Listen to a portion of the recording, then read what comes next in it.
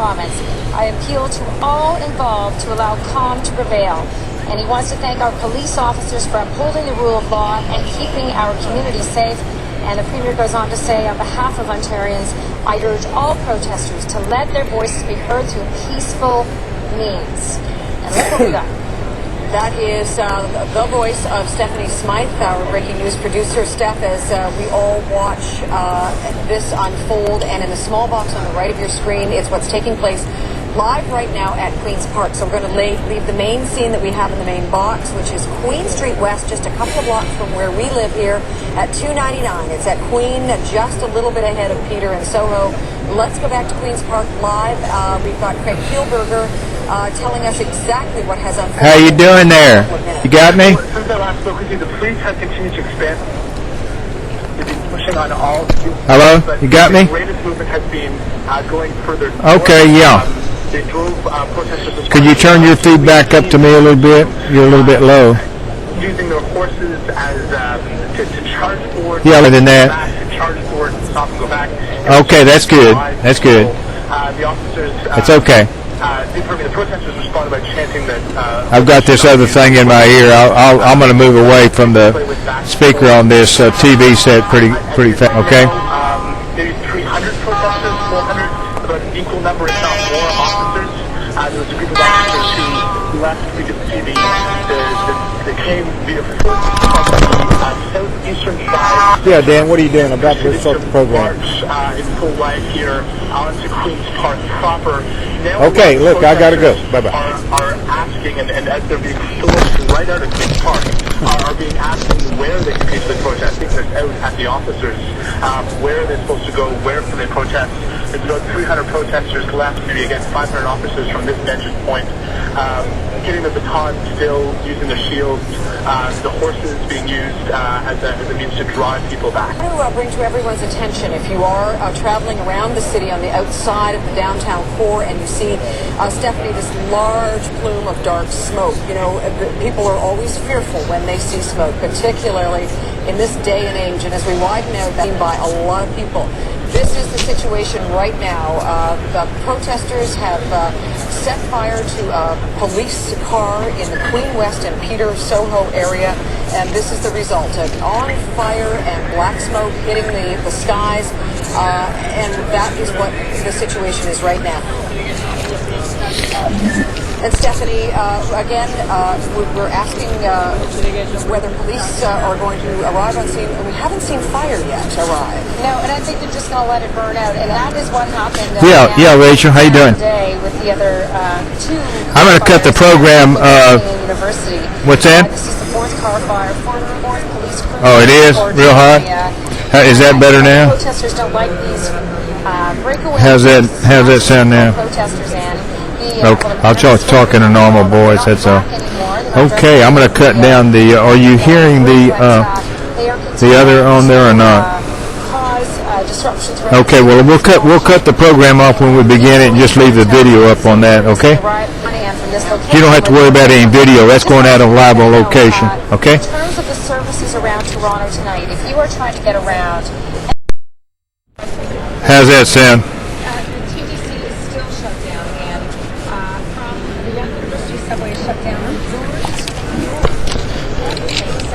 Okay, is that better now?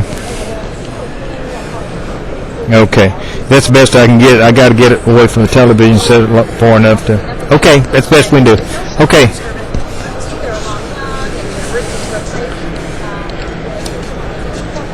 Well, no, what we're doing is we got the video going into that location, and we're going to direct our listening audience to that site if they want to see the video of the violence.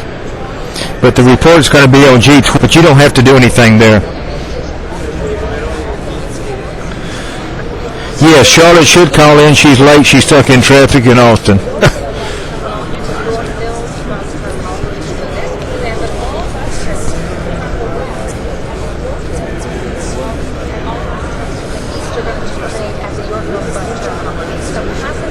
Yeah. Whose sound is high? Oh, okay. Okay, that's a.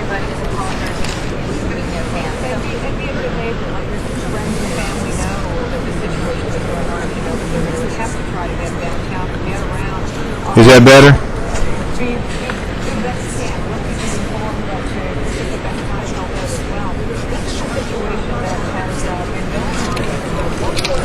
Okay, is that any better there?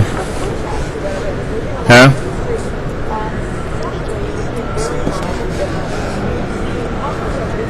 Okay. Okay. Huh? Any better?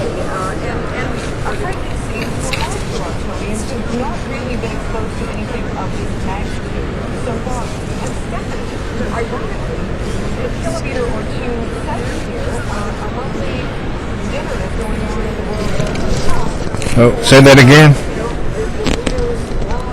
Say again. It's still too hot, huh? Okay. Okay, let me go up here. I'll get it cured. I know what to do. Yeah, I know what to do. Give me a little time here.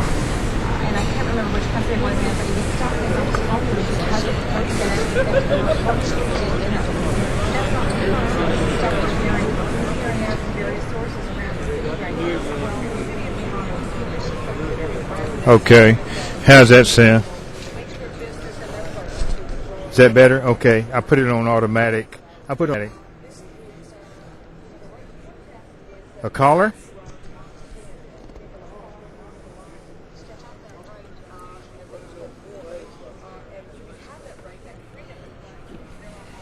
Yes, uh-huh.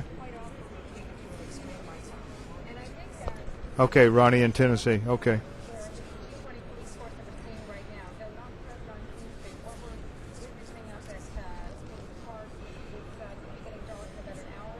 He wants to talk about what? Okay.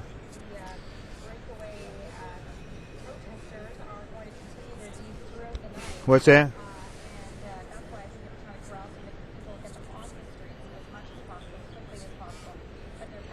Is that loud enough yet?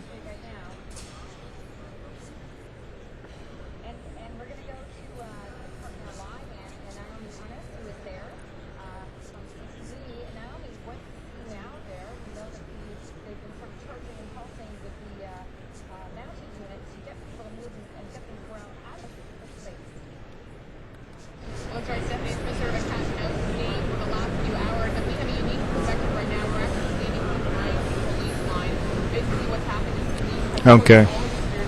Testing.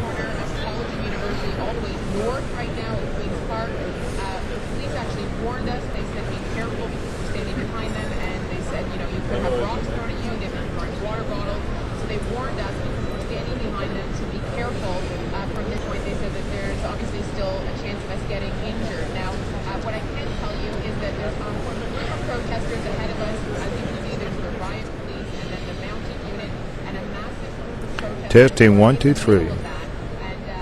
Testing 1 2 3. Testing. Okay. All right, we're gonna go here.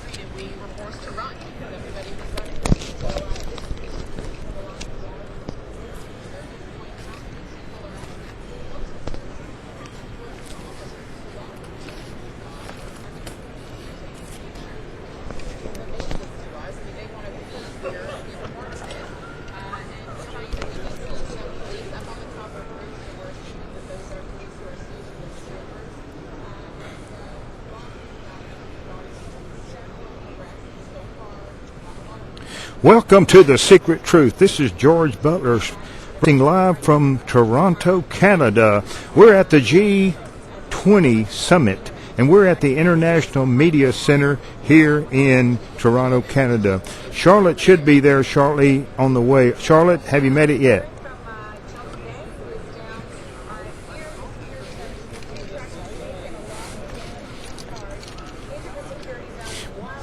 Boy, I tell you what, Charlotte, we've got a breaking story that's unfolding, and we've got to get all of our listeners in onto the internet. Go in on live, on location, TV right now.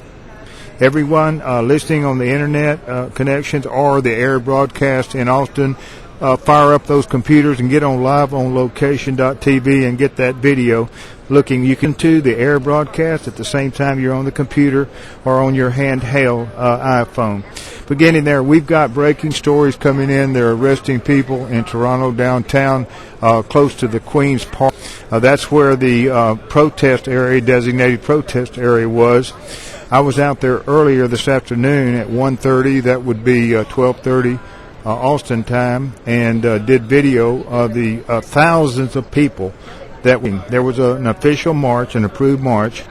And then the Black Bloc or the anarchists or the Southern Ontario anarchist resistance swore to tear down the fence. So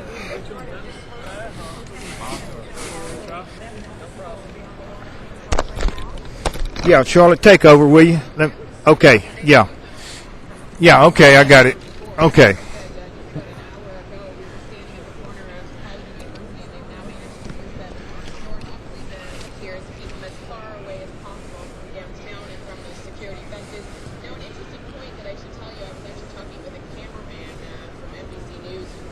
Charlotte, I'm back now. I'm okay. Yeah, I'm back.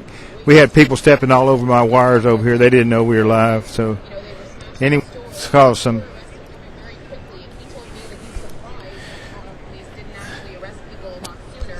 The G-20 is made up of the 20 largest industrialized countries in the world.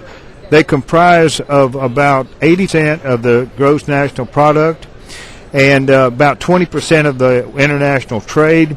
They are a reaction to China coming on so strong as a trading power in the world, and China has set up unbalancing of surpluses and trade that they have created a tremendous imbalance in the financial sector.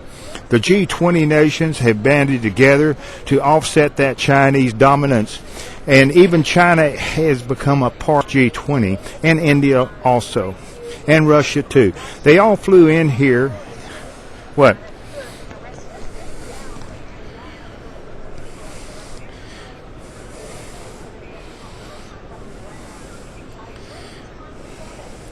Well, these are the heads of government along with their finance minister. Well, Charlotte, what they've done up here, these are not only the heads of the governments, and those are the elected officials, but they brought along finance ministers, and they all flew in over the last 2 or 3 days. Earlier this week, they met up at Huntsville, Ontario, and had a meeting there of the G8 nations. And then they've concluded that they moved down here to begin a work after a dinner this evening, which is going on right now. They intend to do a working session after that. It would be 7:30 Eastern Daylight, and that would be 6:30 Austin time. They intend to do a working supper. Okay?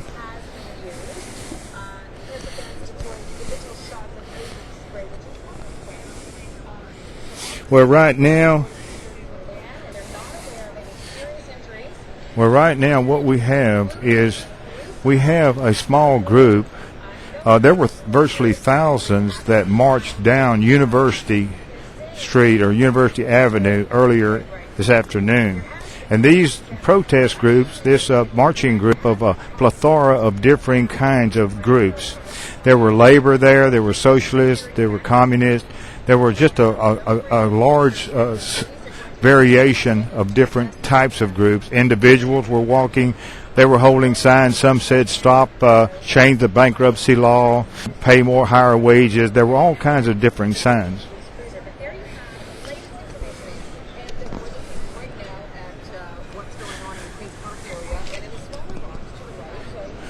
Well, right now there are several hundred left, I would say. There were 3,700 credentialed reporters that were registered to report from Toronto. In addition to that, they have what they call the Alternative Media Center, which is across the ways. We're a complex here that attracts over 5 million visitors a year. It's a gigantic complex of convention centers and halls and exhibition halls and so forth. And at the Allstream Center, the Alternative Media Center is, and there's over 370 registered there, and there's approximately 150 to 200 at any one time there. But they're the ones that did not qualify for the mainline deal here.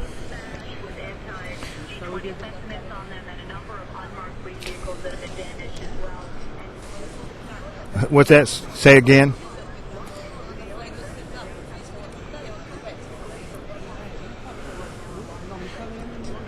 Well, no, these are, no, you know, what you'd have to say here is that these are the official representatives of the particulars. You'd have to say these are finance ministers, and in addition to the heads of their government, the presidents or chancellors or whatever. You have Chancellor Merkel here. You have President Obama here. You have his Treasury Secretary here. Those are the kind of people you have at this particular meeting. There have to be, these are the officially elected and designated or approved by the Senate in the United States. That's basically what you have here. They're putting together a tremendous financial structure here, and these reporters here, we have been corralled in to rubber stamp that and give credibility to that, and they're just, this is way overkill from what I can tell.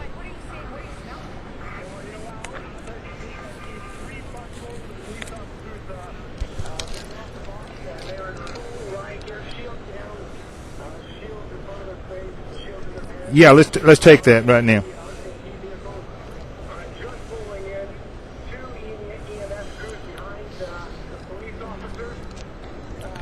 Yes. Yes, how are you?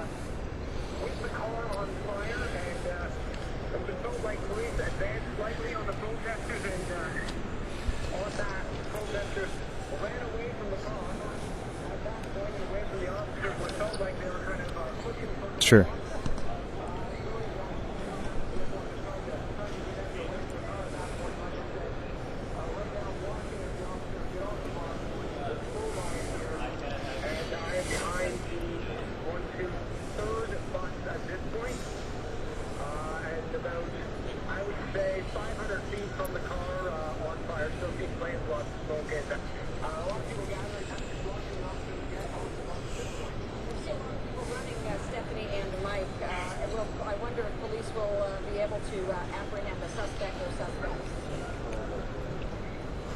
Yeah.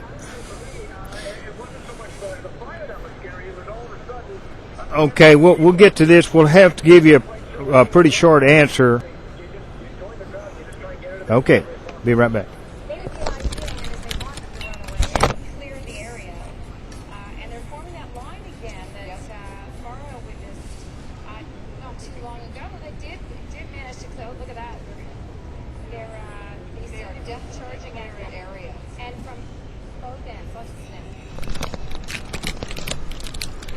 Hey Rachel, is the sound okay, or am I too hot? Huh? Is the sound okay now?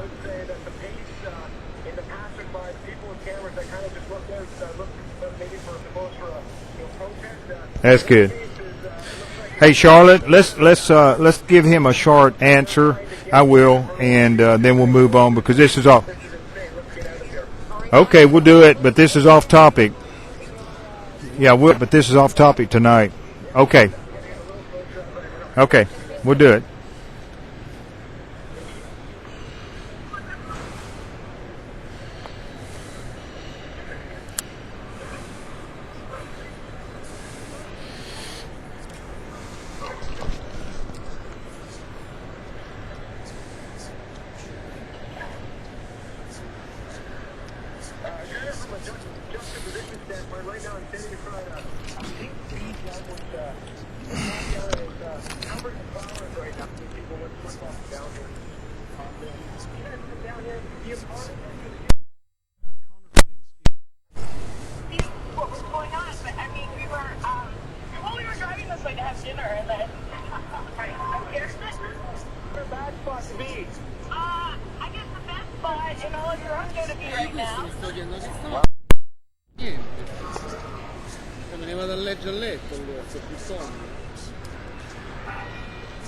Stephanie and Michael, it appears what we're seeing is the line of police and Io direi che la giornata è finita.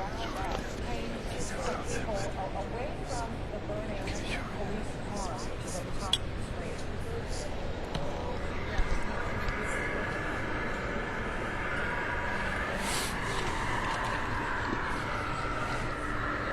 Mike Lane is there live for us, and Mike, they're at the ready. They're standing still. They're. Yeah, I would say right now I'm about 15 feet behind the last unit. We got a live camera there, so yeah, that's okay. You're okay. Make no mistake about it, they are ready. They are. We've got a live radio going too, live radio program, and I've got the video out to another site right now. They're all moving the exact same way at this point. And right now I would say I'm just to the left of their Greyhound, and they're just kind of surveying the situation. Tensions were high about, really high about 4 or 5 minutes ago. With the police coming here, that people are afraid, I would say. And Mike, we're looking at on the right side of our screen. We've got live shots of police taking away several people in the plastic twist-tight handcuffs, if you will, way, and taken to be processed after being arrested. So it appears that the situation at Queen's Park is still very fluid, as is this one now with the police presence that we saw. They left. What is that? Burning a bus? It was a police car earlier. A police car? Okay, another one. They're moving westbound I think right that's now. the same one from earlier. Again, right now, It doesn't look like it. about 8 feet from Yeah, that's not big.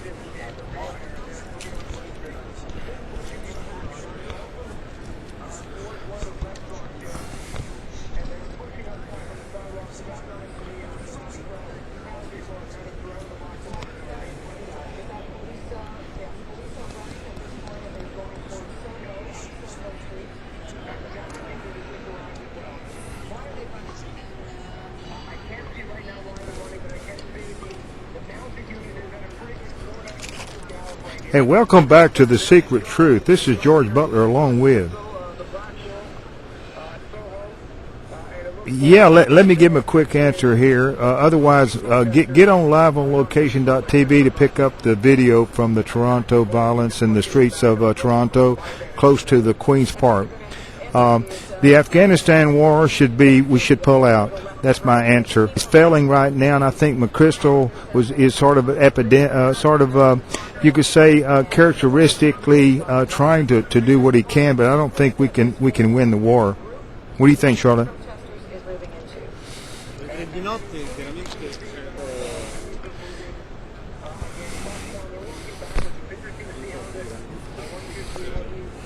l'immagine è sempre stessa. No, fanno come la stampa, è fatto Toronto Bruce, leggermente pompato. And they 180 degrees, and they're now walking backwards. And it looks as if police have someone now that they are going to detain and arrest and take away from the scene. Lauren, what can you tell us what's going on right now?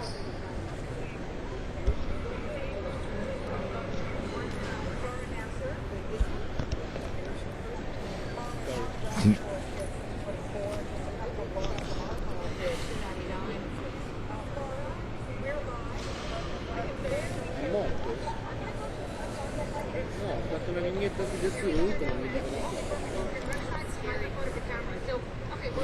un'altra sequenza. Okay. Okay, caller, what do you think?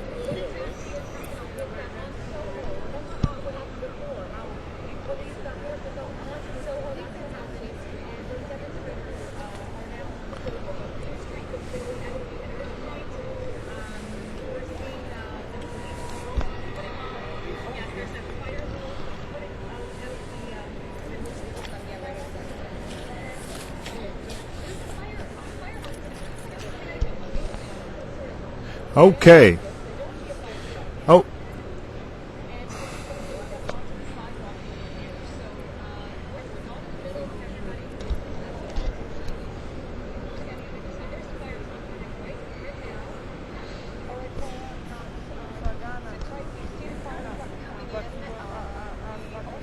Well, Ha vinto 2-1. Ne ha fatti 2. area. You say that a host has been put on the car, and fire has arrived. Sì. Let's go on right now to Nathan Downer. Nathan, where have you positioned yourself? hey, we got a camera there, fella. Camera live. Just showing up here, and for the most part, there are demonstrators here along with people who live in this area, just passerbys and civilians, and some are watching the flames, cheering it on, and some are watching just in shock. Okay. Hey, yeah, our caller have to cut this short.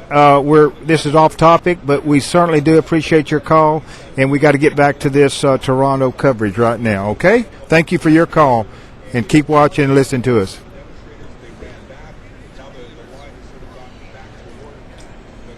What's that? Police car, and again, people just watching. Most have cell phones and car phones. Their cell phones taking pictures. Well, what they're building is a world. The real problem was the derivative trading law were incurred by many of their own financial institutions. They were covering the losses in the derivative market by restructuring the world financial market and saying that we're in a really down, turn in the total world economy. We wouldn't be there unless they had lost tremendous trillions of dollars in derivative trading, and they were covering those losses by trying to reorganize the world financial structure and dominate it and bring China in under that dominance along with India. Those are the two major economic powers in the future, in the short term and long term. Yeah, for sure. Finally, they are. And the situation of Roy Thompson Hall, I think, is for the most part his first stand. So we're looking at two hotspots, so to speak, in the city right now. One, this hotspot that's about to be put on it now, and then the situation on the screen on the right is you can see at Queen's Park, where the police are doing their very best to disperse the protesters. They don't have any cars to light on fire at Queen's Park. I guess that's a good thing, and they might be there a little bit longer. But the mounted unit is there doing the best Yeah. they can, as well as placing a ride here, charging people out of the park. Yes. Dispersing the crowd. What we have here. Area Yeah. where they congregate and to get things under control. Before I suspect it gets dark in the city, and it's going to be harder to keep a line on everything. Rick Kuberger wants to all of us right now. He is in the thick of things at Queen's Park. An on-the-ground view of what's happening. Craig, what do you see? Now, who is resistant or not? Who? Where to go. So we went back to the region in the back where we witnessed at the corner, the exact corner of Queen and College, the police continuing to push forward on their bicycle units. Now, it's interesting that the majority of people here aren't protesters. They're onlookers. As you can share, taking photos, video cameras. Two young people. Look, to our listening and especially our viewing audience watching this violence, the BIS is a central clearinghouse of all the central banks in the world. There are 12 men that meet a year. This is a masquerade to make credible the policies that the G-20 has been hammering out over a number of 2 years. You know, we were up in Washington, Charlotte, at the first summit, remember? And most of the meetings here, they're only beginning their meeting of the G-20 this evening after supper, and then it will last through tomorrow. This is window dressing for agreements that they've already made before they got here. We're going to tell it like it is. The financial structure resembles the corporate structure that has been taking over the world and dominating it. It's not going to be good for our freedoms and liberties. This is the real problem with this meeting here.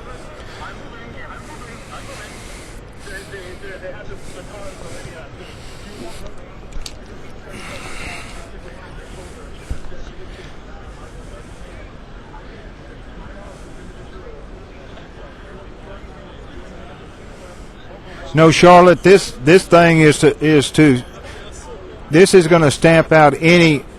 There are no alternative views that I see coming out from any of the people that are part of the official entourage or official governments. And I've talked to Japanese and I've talked to all kinds of people from all over the world, and they are just in line with doing this, period. They believe deep in their hearts that this is a solution to the world economic financial problems.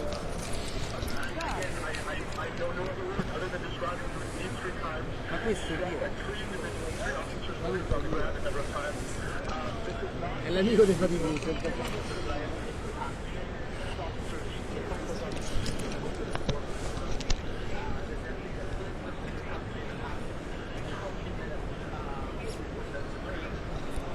Let me give you an insight on this, okay?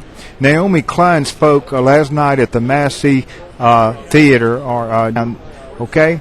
And she has hammered away at the failure of capitalism, you know, in one of her recent books. The problem with her view in her particular book is that she's describing monopolistic capitalism, of it, not real pure capitalism, because this monopolistic flavor of it dominates the money creation process, and that's what's really wrong with the system now. And they went in and just created all kinds of credits and wildly casino-like lost in the derivative, and what they're doing is covering this with bailout bills and everything.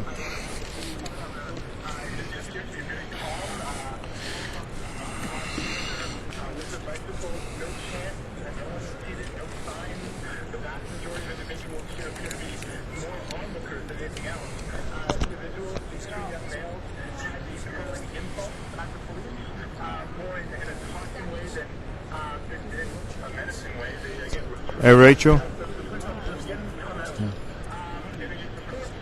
Okay. How am I okay? Oh, okay, good. I've got so much in this room here. There's hundreds of reporters in here. It's a big exhibit hall, you know. Can you hear me? It's Steph. One of those people just being taken away is one of Yeah, have Charlotte say something when the music begins. Okay? Okay. Thank you. Okay. the police officers that you were just describing walking away. We saw him in Matt. He's a field producer. This CTV News channel. So we have some going on and trying to figure out what the situation is. And you know what? This is something that we prepared for. In the event that there are crews, there's always a possibility that we get caught up in things. And we will, of course, be linked to this and do everything we can to sort the situation out. Stephanie, I'm going to say this one. Last week, join me. Things are becoming a little more tense and intense. Wayne Street West. Let's take a look step together. And Greg Kielberger, I was listening, and thank you for that. What we're seeing here is a gathering of what it seems that there are more people gathered at this point. A lot of police as well. Getting a little bit away from the burning police car. What do you know about this situation? I know what you're seeing as well, and it's reinforced here, and they're doing the best they can to do what they've been doing in Queen's Park. Just to force these people up away from them. And they're going up Destiny Street now, right beside Kennedy. I think it helps the fire was finally out in that blizzard, and there's no more visual thing got that and watch, and no transport to get them anywhere. That's the problem. Exactly, but they are pushing them on their way, and continuing to do that. They've got the ambulances there. We haven't seen those yet today. They just arrived. The last time they arrived, we didn't see them. They're just in case. And, you know, again, and your theory about the strategy of police in situations like been a very heavy day of protest, and some of it quite violent today. Police tend to like to be able to get control and disperse crowds as sun sets, and as we get into the cover of darkness here in the city of Toronto. And just to update on just the force, or some might say lack thereof, with the police, the G-20 police today. We know that there have been 33 arrests today, and that number they say is growing as a result of these protests. We know that they have no confirmation of his end. There have been minor injuries that have been people along the way. We know just 3 from EMS earlier today, Anne, but nothing major. That's the best news we have. But during the time of the protest, they had deployed canisters, not large canisters, but muzzle blasts containing individual applications of tear gas. That's where we got the confusion, tear gas or no, tear gas or no. There have been individual applications of tear gas, handheld device to give a blast to somebody individually. It's less forceful. The R one has been used, and that's the beanbag bullets, real bullets by police. Pepper gun spray has been used. They deploy that to individual. And again, not aware of any very serious injuries that has unfortunately property damage. No breach of the security fence. Hey, welcome back to The Truth. I'm George Butler, along with... Yes. Say again? We have Far National Live. Far you're live. Well, look, they're here to put this thing through. They've already made the agreements before they got here. This is like a photo op, a big photo op. It's way overkill from the reporter end. There's 3,700 registered reporters to report what? We're looking at each other in a big old exhibit hall here. And we're being fed and metered out what they want us to hear and see. Okay?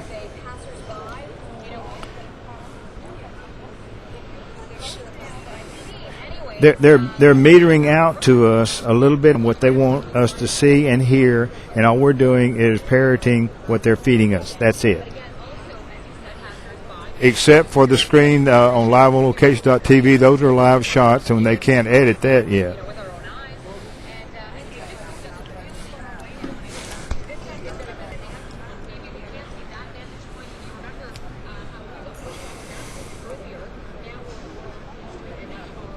That's true. What they've done, there is some access. It's on a pool basis.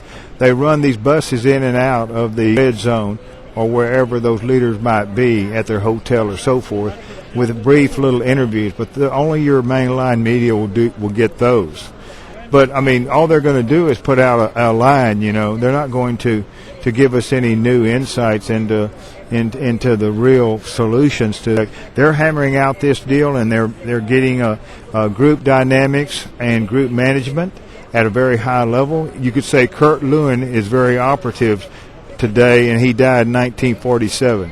His ideas about political management, and group dynamics is alive and well in Toronto today.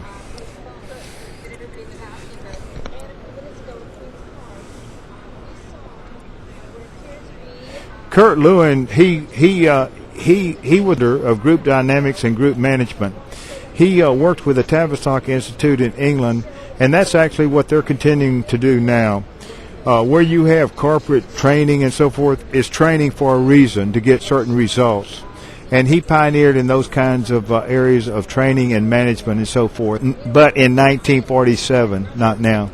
So they've had all those years to perfect their techniques. These groups, even at the highest level, are being practiced upon by group management techniques that Kurt Lewin first originated. He's German by way of England, and then finally ended up in America teaching sociology in Iowa. But if you look at some of the founding institutions, you'll see that the National Trainers in Bethel, Maine, that's one of their big training labs in America.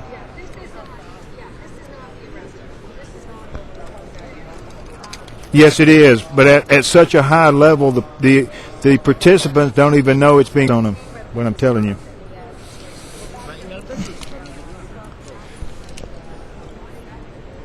Look, the goal's already been set, so they have to create a credibility and a very reasonable reasons and factors to arrive there, and that's what this is all about.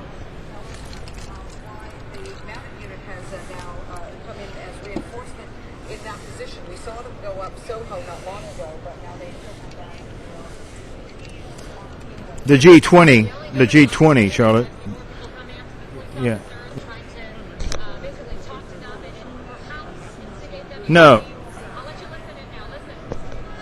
No, the monopoly of money creation is in their hands. They're not going to release that. They're not letting go of that. That's the real power.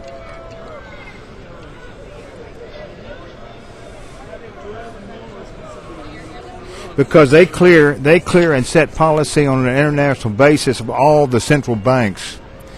in the world, the major central banks. The central banks are privately owned throughout the world. And then they clear those credits and debits from bank to bank.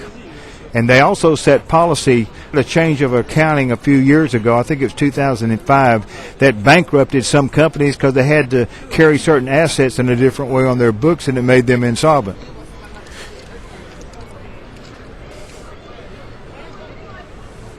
Yes, it is.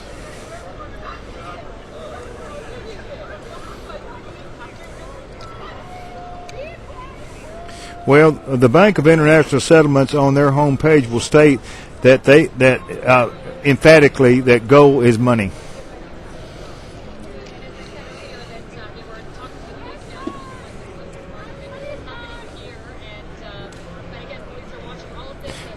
Officially, they're not on the program, but you know there's a barrage with these people, and there's all kinds of differing people like that. I can't give you a list of all those people because I don't have that.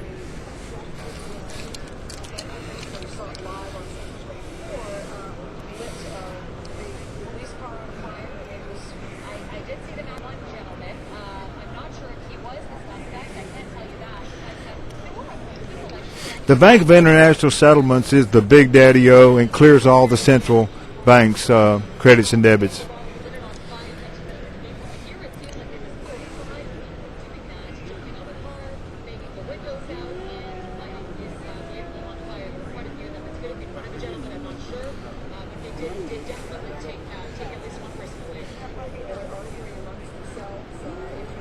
They have what they call Sherpas, okay?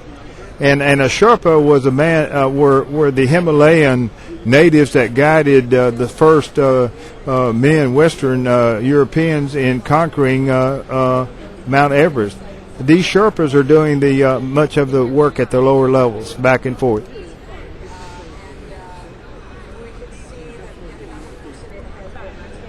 A Sherpa is a person that would guide people to the top of Mount Everest. They call them a Sherpa. Okay? They transferred that idea using people as intermediaries to do the bidding for the different powers. But they had no official position usually. They call them Sherpas, okay? And the Sherpas would negotiate unofficially off the record many of these agreements way ahead of time.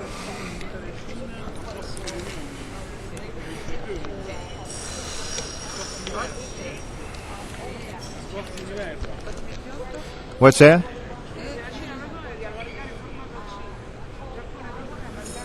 Well, you had, this is the fourth meeting, so you've had, okay. This is the fourth meeting, so you've had a lot of previous agreements before now.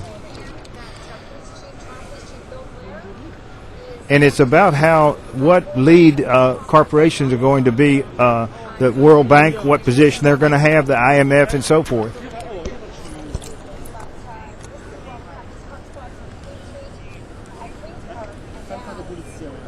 I can't tell you right offhand. Well, I can tell you this. Earlier, they had a B20 meeting, which was it was made up of the 20 countries that make up the G20, but it was the two outstanding business leaders of the 20 nations. They've been meeting here also, but getting little press.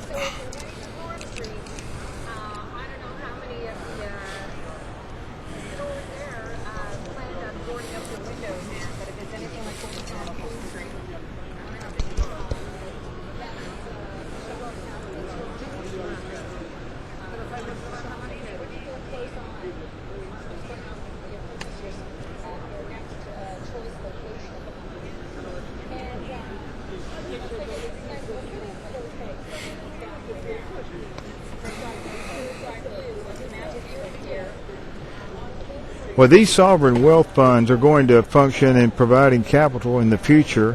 What they've been pushing through Davos and so forth are public-private partnerships, and they're accelerating that through this process. You can take that to the bank.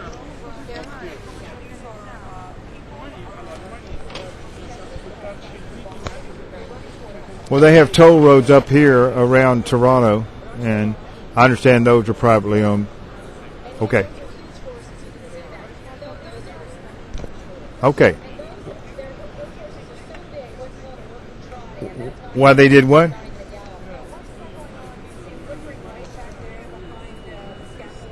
Okay, we'll talk about it during the break.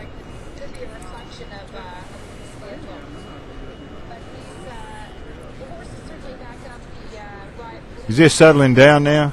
Think? No? Sorta. Well, when does it get dark here? 9 or so? When does it get dark here? 9-ish? Could be 9 o'clock. Oh, okay.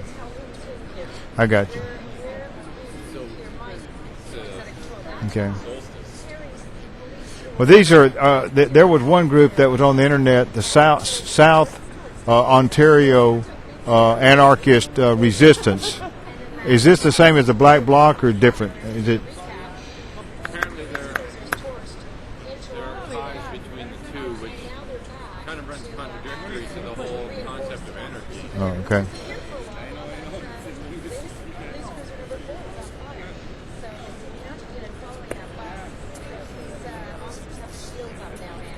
Well, we know the real solution: forgiveness. If we could ever get there, you know.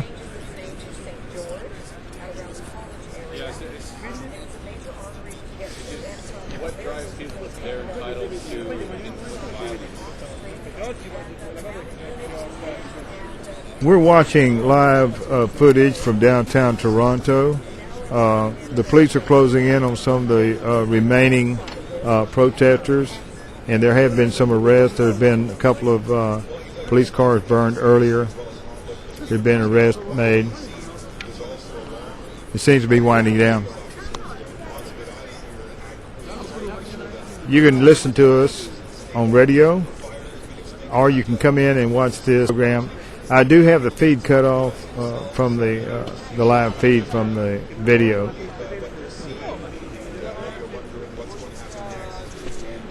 We're providing you just the the audio program.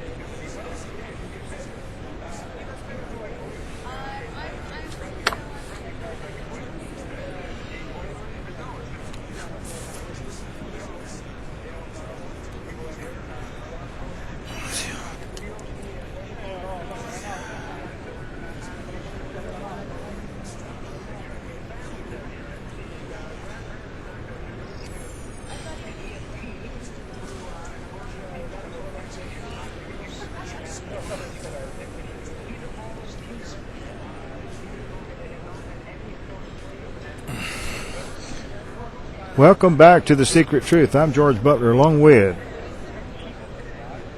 Charlotte. Let's talk a little bit about Massey Hall last night. I went there and heard all those speakers and interviewed Dr. Sheba also.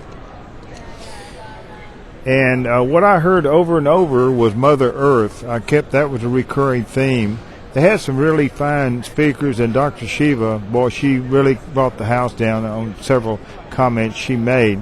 There were mainly labor leaders, and there were people like Naomi Klein.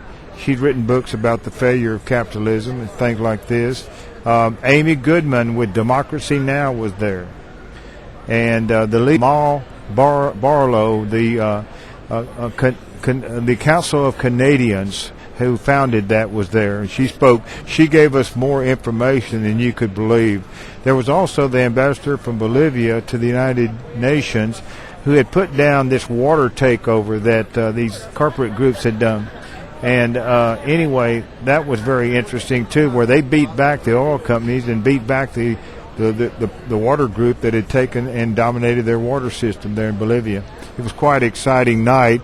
It was primarily liberal Canadians, I guess you would say, but the liberal up here is different than the liberal down in the States.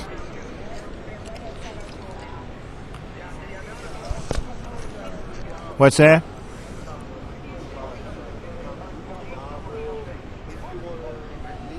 Well, I believe, I don't know if they volunteered for it originally, or Toronto is a 5 million population city.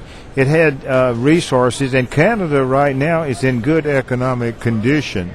So they had the money to put out. They've already spent $1.3 billion on security here, according to theirs. And you have to have the facilities. When you start flying in these people from all over the world, they have an international airport, and they have plenty of hotel rooms and so forth. And you're going to attract a lot of other ancillary people that are going to reporting on it. So you have to have some facilities to accommodate those people.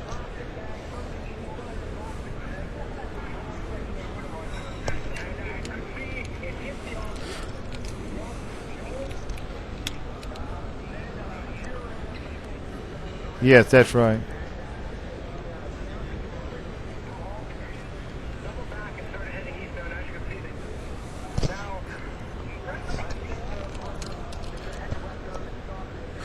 Well, this is one. Let me make a point, Charlotte, real quick. Let me make a point. After this summit, the G20 will become a permanent organization. It's been an organization, a permanent one, until after this summit. They're hammering out agreements and so forth that will give permanency to the G20, and that's what one of the main goals is. See, it didn't have offices before. The G20 was just a group of nations.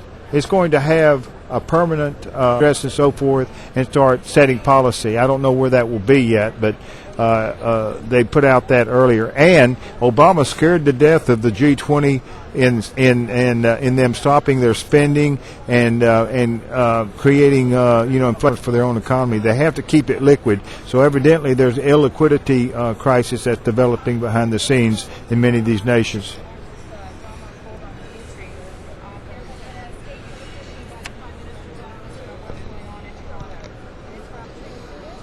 Say that again.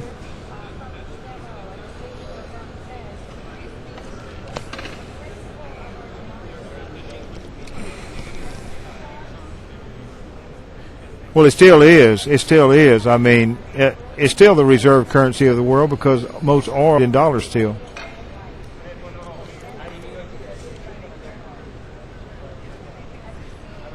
Well, what I'm saying is that one of Obama, he said this several times, and he's repeated it, and they've published it several times.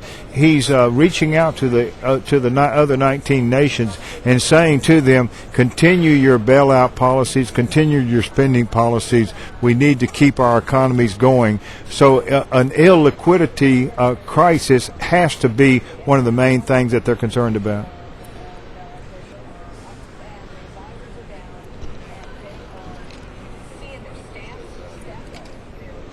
Yeah. But anyway, last night, Massey Hall, it was full. It looked like it was packed to me. They let me in. I interviewed Dr. Shiva. She said some fine things. It was quite an evening for the people that they're actually against this global corporate structure. That's where they are with us. See what I mean? Otherwise,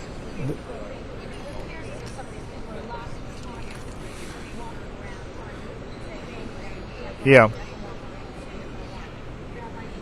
Well, the people in Massey Hall last night were still on the Socialist Collective side and were looking for things from the UN. And I heard the Universal Declaration of Human Rights mentioned several times during the speeches.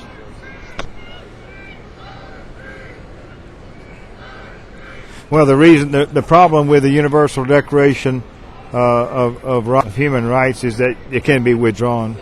It's issued by the UN, so it can be withdrawn. Article 29 says that. So it's not anything that's based on natural law or anything else that I believe in.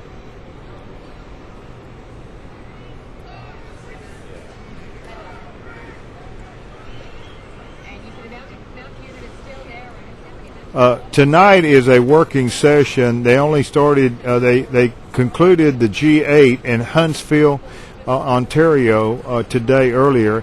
This evening they had a dinner, a welcoming dinner, and they're having a working dinner tonight. And then tomorrow they'll meet all day Sunday, and the end of sometime tomorrow they'll conclude the summit.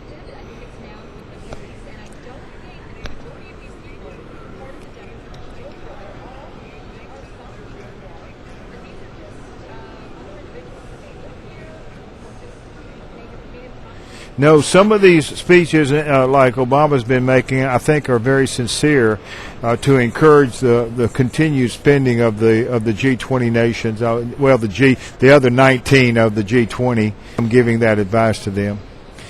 They see that if they stop spending, it could crater some of their economies. Which Greece had problems. Spain is possibly in trouble too. Portugal, the pig countries.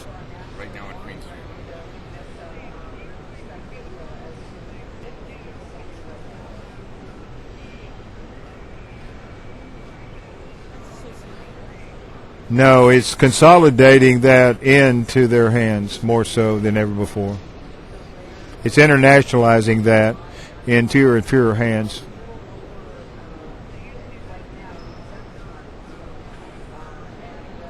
No, of course not. No.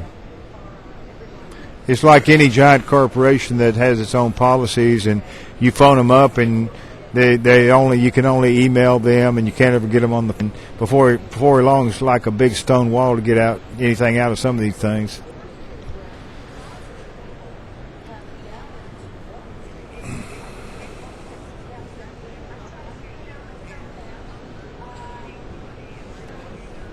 No, you're not going to get that here. This is talk that goes on in protest radio or patriot radio. You're not going to. The people here, when you start talking to them about they're not clued in yet. Many are not clued in.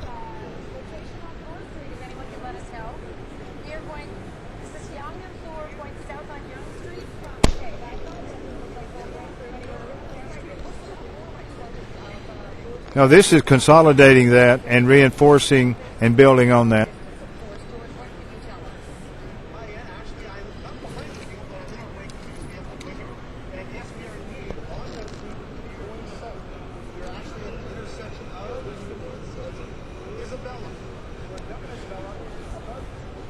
Yeah, let's open the phones up. Yeah, you bet.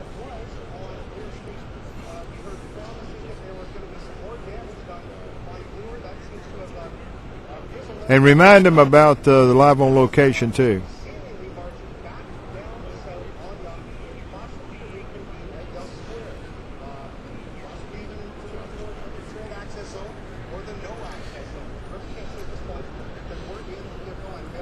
Those reports are live from the streets of Toronto, so go in there, our listening audience.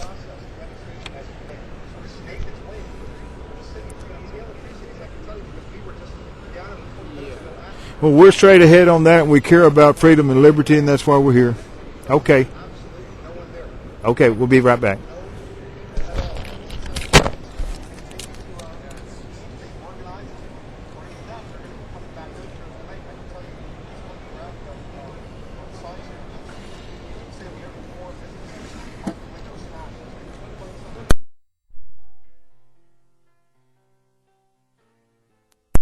it's done. I'll turn it back to you right now. And George, can you tell us, as you mentioned that there wasn't violence that you're aware of on Bloor Street, but they've now turned south on Yonge, and as you say, they're a few blocks away from Yonge Dundas. Have you seen any violence on this fresh round of marching? None at all, Ann. Actually, it seems quite quiet. We haven't seen anything.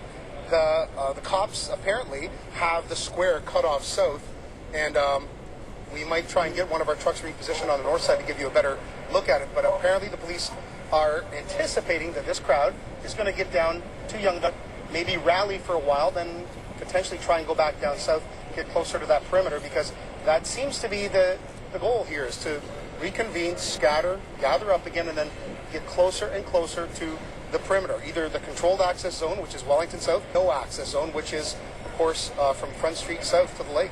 Thanks, George. I want to go live back to Queen Street, where we are hearing of at least one arrest, maybe more. Let's look and listen live right now. It's time to understand the system. Call 800-686-2237. That's 800-686-2237. Now you can purify the water and filter the air in your entire house for less. Keep listening for discount information from airandaqua.com. Airandaqua.com has everything from whole house air amplification systems to air conditioners, shower filters, water testing kits, atmospheric water generators, and much more to keep you and your family healthy. Now, airandaqua.com has developed two value-packed money-saving packages. Package 1, the Pure Whole Home Water Package. It includes 3 very important elements to purify the whole house. Package 2, the Whole Home Air Package, with an ultraviolet light system that kills 99.9% of airborne bacteria and viruses. Get more details on both of these air and water filter packages at airandaqua.com or call 866-380-AQUA. That's 866-380-2782. GCN listeners use promo code GCN for an 8% discount. Go to airandaqua.com. That's airandaqua.com. Purify your life today. You're listening to GCN. Great Talk Radio starts here.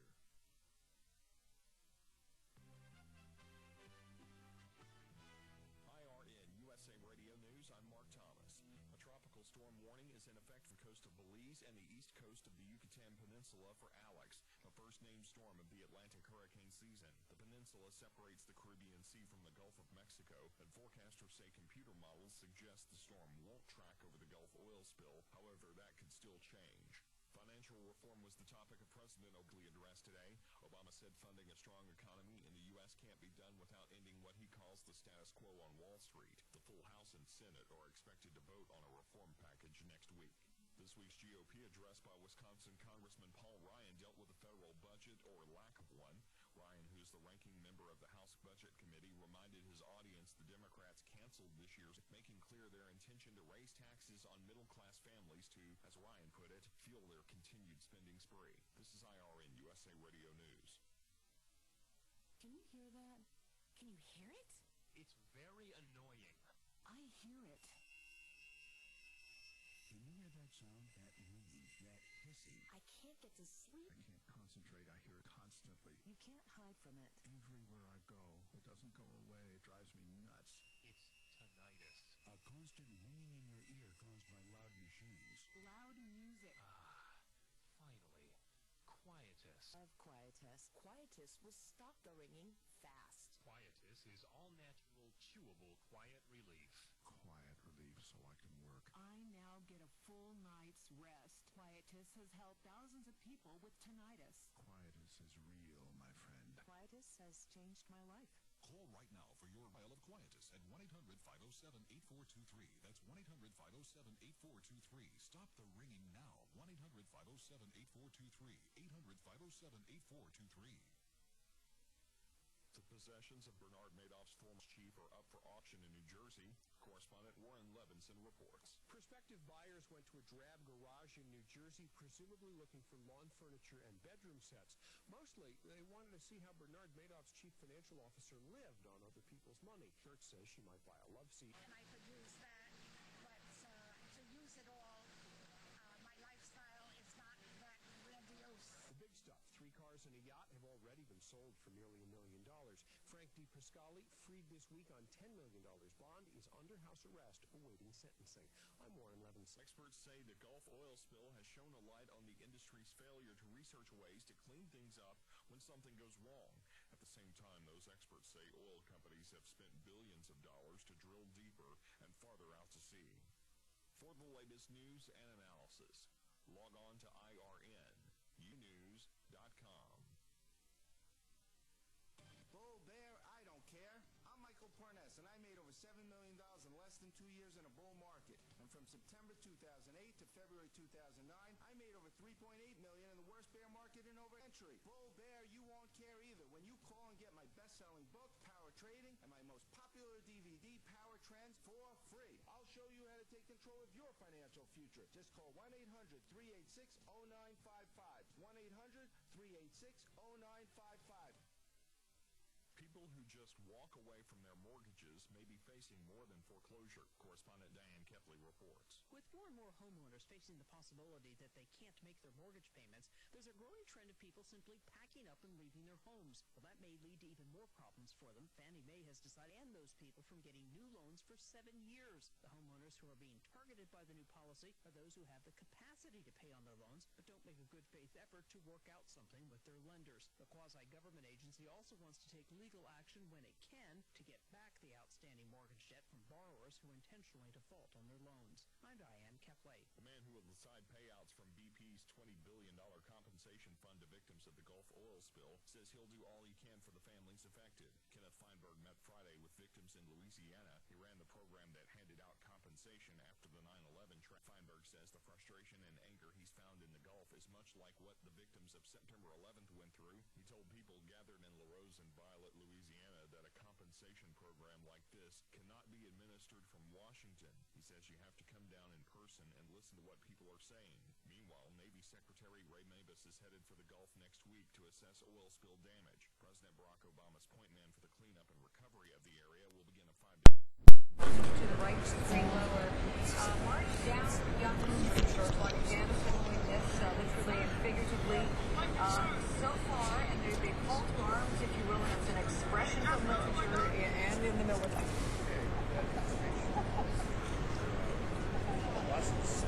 So far, no violence on that journey is a southbound march now, Young Street toward Dundas, Young Dundas Square.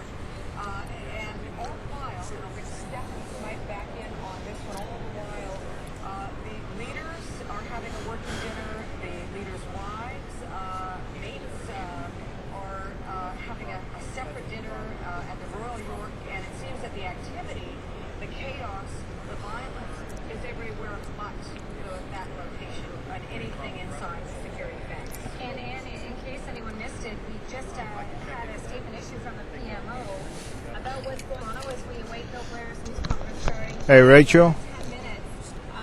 The PMO, the communications director, Dimitri Soudis, issued a statement on behalf of the Prime Minister. Free speech. Yeah, Rachel, can you hear me? Earlier today represent in no way, shape, or form the Canadian right of way. The Twitter sphere is going crazy on this too, and people are just saying, I can't believe this is my home. It's one thing to protest, another to light police cruisers on fire, to Molotov cocktails, to hurl things at police. There is a faction that will just do anything. Don't have any respect for the police, and we saw students go live on C24, mounted police officer being thrown off his mount by something that was hauled at him by observed right at Queen and Beverly. Some tense moments, and that got these police kicked it up a notch, but it seems to have calmed somewhat, and they're at this sort of standoff right now. Yeah, at San John. Yeah, and as we've been saying, the calm, we hope before the calm, and that at some point this is going to dissipate. There are some speculation, I suppose. We don't speculate, but we can't confirm that the people facing police right now are all there's some word from our team on the street that others. Welcome back to The Secret Truth. I'm George Butler along with... How some people were treated by police. That's right. Okay, I'm at the Toronto G-20 meeting. We're at the International Media Center, which is in the complex of the exhibition place, and here with several hundred reporters. The police chief of Toronto will hold a press conference at 8:15 Central Daylight Time, 9:15 Eastern Daylight Time. So that's going to be coming up. We'll join that and give our listening audience and also our viewing audience the audio on that particular press conference, which should be coming up in about 8 minutes or so. We'll join it if it occurs after the break. Go straight to it. At that time. So I guess radio program feedback of commercials, you could cut that off there. Okay, and we'll just feed this press conference audio down the line then. Our neighbors, family, friends.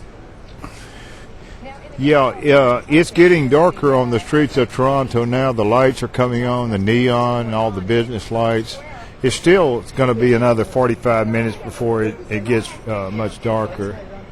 It is 9:08 though here in Toronto, and about 8:08 in Central Daylight Time in Texas. Their first show was just, they were saying at 8:10, they're not concerned. They might have a big audience, bigger than they expected. Standing room only. We don't know, I know that crews are on Yonge Street right now with C24 and all of our affiliates, part of the CTV group, but we're trying to get a handle on where this group is going. While things kind of calm a little bit at Main Street. Well, they're getting exactly what they want. That's the take on it. The protesters in Canada are the number that turned out today surprised me. They're marched peacefully. What we have now are the remnants of those thousands, and they're marching on Yonge and Gerrard Street, Yonge and Gerrard right now. So we don't know what's going to happen after this group continues. That's what you're seeing now live on the video. So you're seeing live shots there now, and so.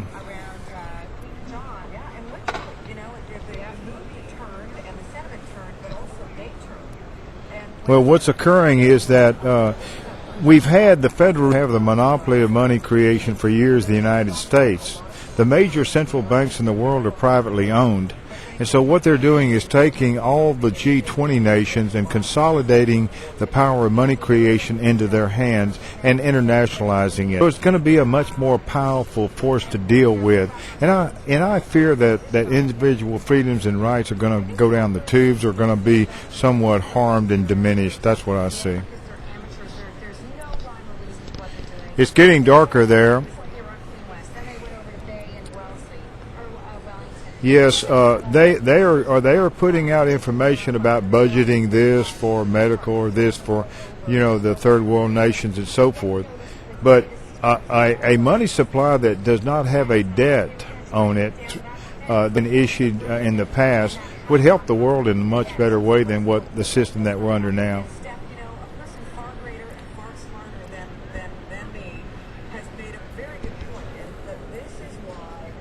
Well, these G20 nations are all banking nations. They're all into that. The world is being corralled, marshaled, and manipulated into a consolidation of those financial interests. And hearing from you and showing you what's going on in your backyard, it's a true example of why local television has a place in all of our lives. And to that end, Dan, I have an update for you. Well, that's right. What I finally came up with, which I presented to Dr. Shiva last night, was my theory, the one that I gave you, okay, on what I call natural economics. And she thought it was great. She liked it.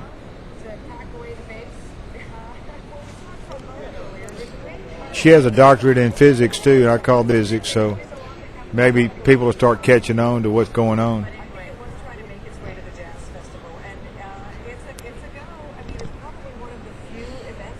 Yeah, they don't, because what the mindset when I walked into this room earlier, Charlotte, the first thing that hit me was that the universities and colleges throughout the world have been teaching pretty well the same information and curriculum. And so what they've done is condition a world student, you could say a world scholar, into a certain way of thinking. And this is for ushering in certain financial and reforms like it being proffered here at Toronto.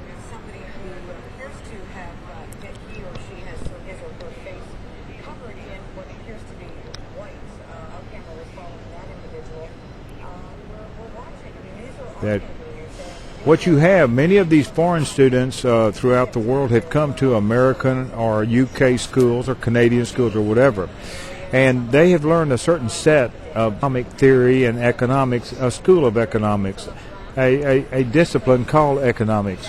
The economics teaching has been the basis and foundation for substantiating and making credible the modern financial and banking system.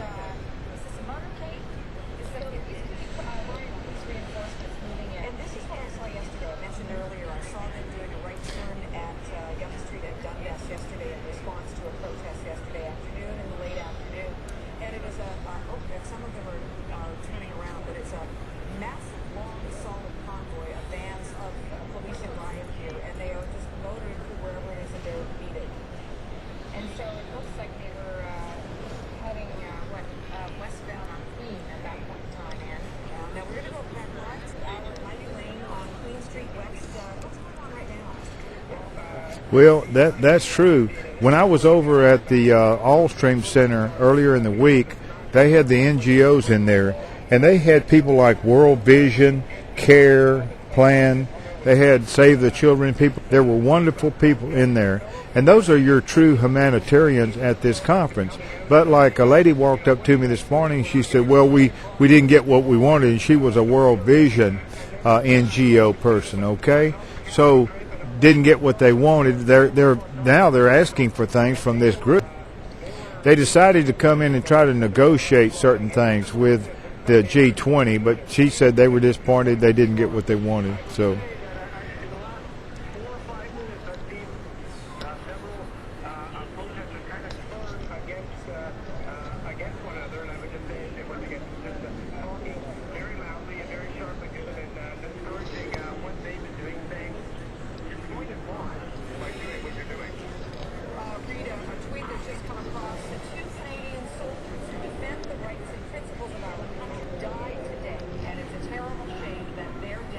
right. It's involved, and what it is that we must teach the world about money. And what hit me more than anything was the group at Massey Hall last night knew nothing about money, not really. They thought about the different problems of water and environmental, but they knew very little about money and the way it really works. Okay? We'll be back in a few minutes. Okay, we're going to go to this press conference here in a second. We're going live with it now, so if Mitchell could cut off the feedback to me of the program, that would be great.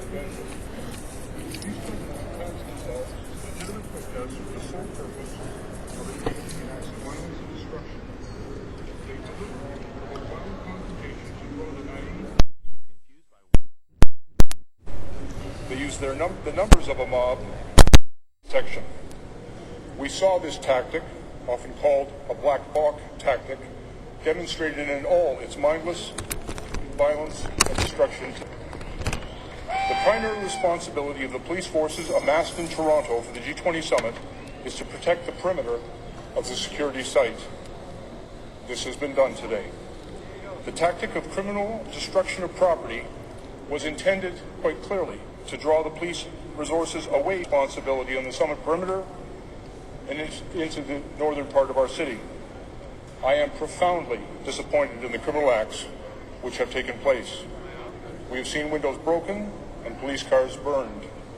It is very regrettable that such violence could not be prevented. But I want to assure you that the persons responsible will be held accountable. We know many of the members of these groups. Over the past several days, we have apprehended many of their leaders. Tonight, we began removing members of the mob from our streets, and so far tonight, 75 persons have been taken into custody. These arrests will continue as is necessary. Those responsible for acts of vandalism will be held accountable. We know who many of the photographs of many others. The people of Toronto can be assured of our commitment to the safety of our city and of our citizens. They can also be assured that we will maintain the security of the summit as we have committed to do. In order to restore calm in our streets and to preserve public safety, we require and are asking for the public's help. These criminals rely on the anonymity of hiding within a larger group of the curious and the naive. If you do not wish to be involved with the police, please leave the area when asked to do so. I ask all of the citizens of Toronto for their patience and for their support. We are working hard to maintain order and to restore the rule of law. I would also like to take the opportunity to thank my officers and all of the police who have worked tirelessly today. They have been pelted with rocks and bottles, they have been spit upon, and they have been assaulted. But they have not wavered in their dedication to duty. They deserve your respect, and they will always have mine. Thank you very much. That's my statement. I can spend a few minutes with you to answer your questions, but I must also advise you it's a busy night and I've got to get back to work. Sean Mallon from Global Television, Chief. A couple of points. We're hearing that the free speech zone in North Queen's Park has been in the process of being forcibly cleared. Can you confirm that, and could you perhaps explain why? Second part of the question, we're also hearing about tear gas and these plastic riot control bullets being used despite earlier denials. Can you confirm that, and can you speak about the tactics used by police? Yes, I can. First of all, we had not declared seems to be working down now. City of Free Speech Zone, and as a matter of fact, I've What's made that? public statements that Canada is a free speech zone. However, there are limits to free speech, and those limits really end when it infringes on the safety and the rights of others. Many members of the people who were involved in the Black Bloc tactics were observed by the police going back to Queen's Park to change from the black garments in which they were hiding and change into other street clothes. The police attended at that area, and we have apprehended a number of those individuals. There is no sanctuary from responsibility and accountability for their criminal acts. In order to disperse the crowds that gathered, tear gas was used today for the first time. It was used after a warning.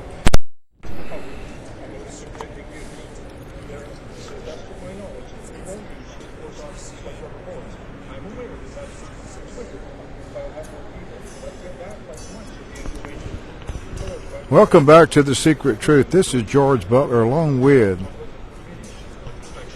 Charlotte. They're reporting 7 people arrested so far.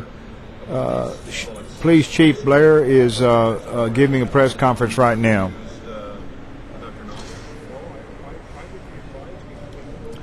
We don't have that audio. Let me see what I can do on that.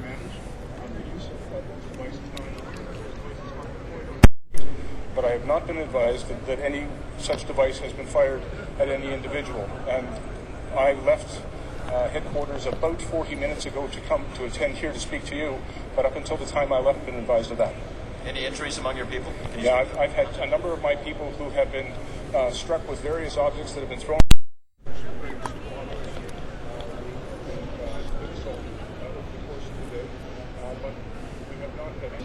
The Rothschild said that.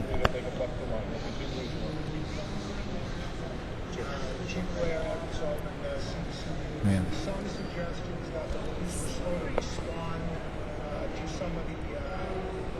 We're live.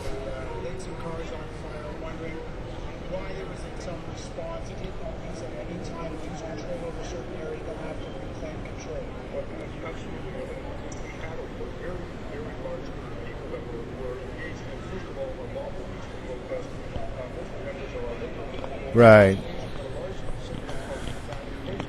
We're seeing now the police, and there's still a remnants of individuals that the police are pushing back or whatever. Police are coming down the street. The police are giving an update live on the local television channel now.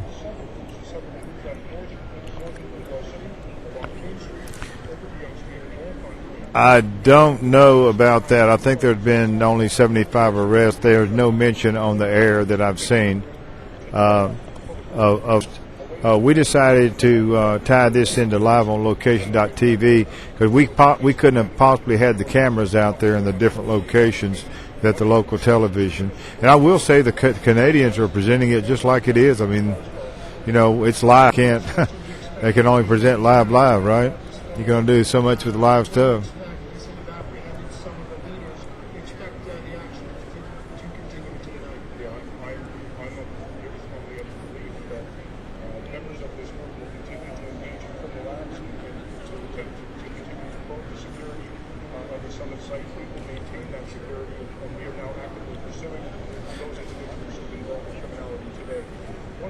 Okay, Charlotte. Blair is saying no serious injuries to officers following the protest. That is.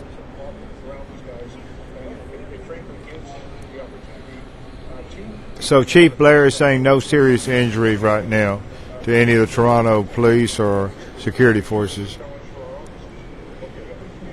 But some of the arrestees or some of those arrested, they got.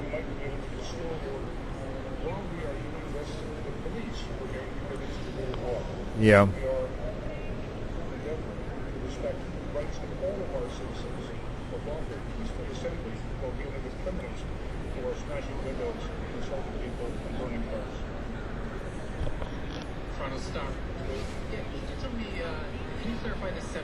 Do what? What was that you said? Huh? What did you say about the Constitution? But what did you say Constitution?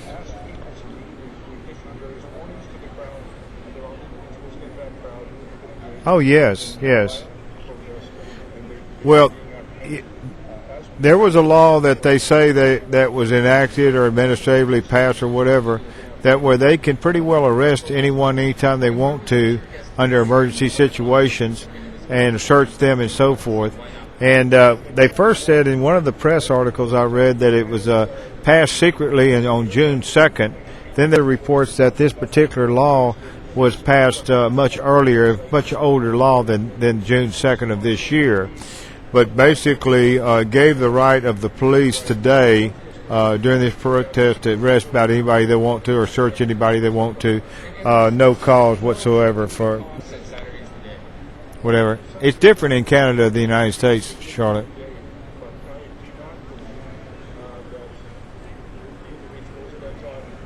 That's right. And gasoline is nearly $1 a liter of gasoline.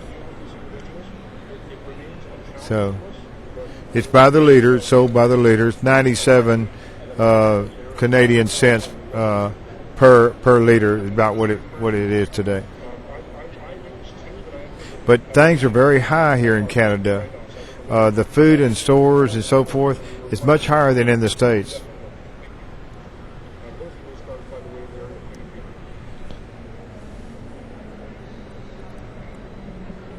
We're going to be going to break here. Are you actually shocked by the level of violence that we saw Okay. today?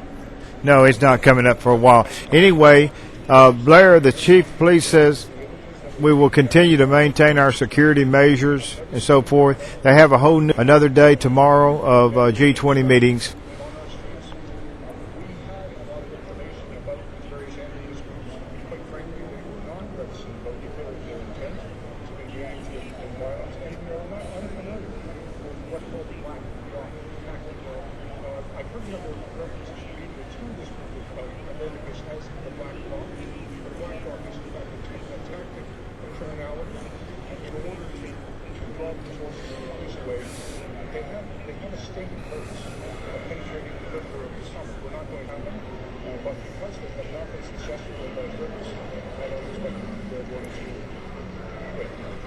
And with the level of violence that we've seen, some people are asking why tear gas wasn't used more or why the sound cannons weren't used. Well, the sound cannon is a communication device, and we use the device. I authorize it. This has been described by our courts for its use.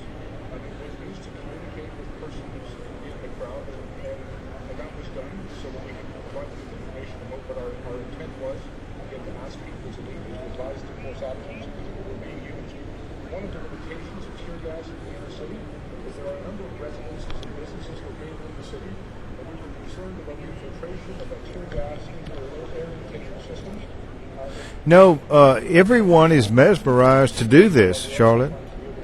The people that are here because they've been cleared in because they're politically correct with the line, the policies. And look, who owns those newspapers and all that media are these same elite people. Same thing. On television this morning, what black the images on CNN. Well, they're not going. They're lost in their own self-interest and their own egos, but they don't see that. They don't see that. I have to say, one of our journalists was punched in the face, and we have video footage of that. My question is, are you aware of the incident? Are you going to investigate it, or will there be some public explanation of why there was that type of confrontation and violence? Unfortunately, Paul, I heard about it, and you were videotaping it as well. We videotaped all aspects of that. I've got the camera. Yeah, go ahead if you want to. Over here. Over here at this end, I think. The volume? Yeah, be right back. I'm live on radio right now. So, and that camera is live on my TV program. What? No, go ahead. It's over in this end, I was telling you. But you have to do it. I think there's a volume control there, isn't there? No, it's on the edge. Is that right? I'm not going to comment. I know I'm not asking you to. Is that? Can you hear that? No, that's okay.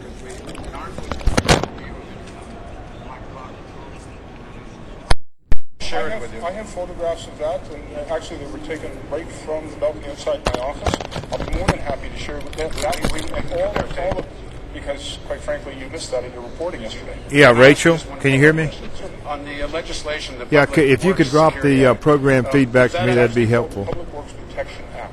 Thank you. During the breaks. The Act allows essentially for elimination of probable cause for search and seizure. That's not correct. I can read it to you. Yeah, by all means. I've actually read it. We got this going live. We got this going live on my network. Chief Bill Blair speaking, saying that 75 people have been arrested. Yeah, Rachel, are you there? Gas, he was confirming You got was me? used at one point. His quote, "It remains a challenge. No one is going." Here is a live. Yeah, Rachel. Yeah, just drop the feedback to me, the program feed during the breaks. Just don't feed it back to me, because I'm putting some of the video audio on there. Okay. But it's going out strictly for the. But don't make my this live. Might throw something toward the police and prompting some to Just run during the break. out of the area, running quickly, and then every once in a while you see some of the protesters being chased by other what appear to be demonstrators or civilians who are not impressed with this and trying to make their own type of citizen's arrest. But it's a pretty strong line. And things at this moment calm.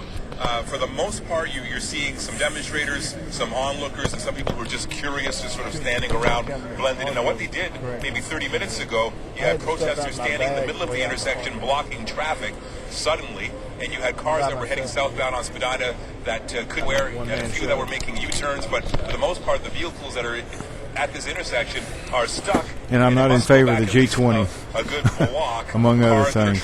You know what I mean? Southbound on Spadina at Queen that can't budge because of the protesters, and now it's the Because I know police the that are deal. blocking I know the money. And Nathan, as the chief Know that? looked over my shoulder, Okay. at our parking The lot latest at developments Queen from Street, Queen there is was a huge number Spadina. of police officers moving protesters That's from the west video to you're seeing east, now. toward University Avenue and beyond. Let's go back live to Chief Bill Blair and hear what he has to say.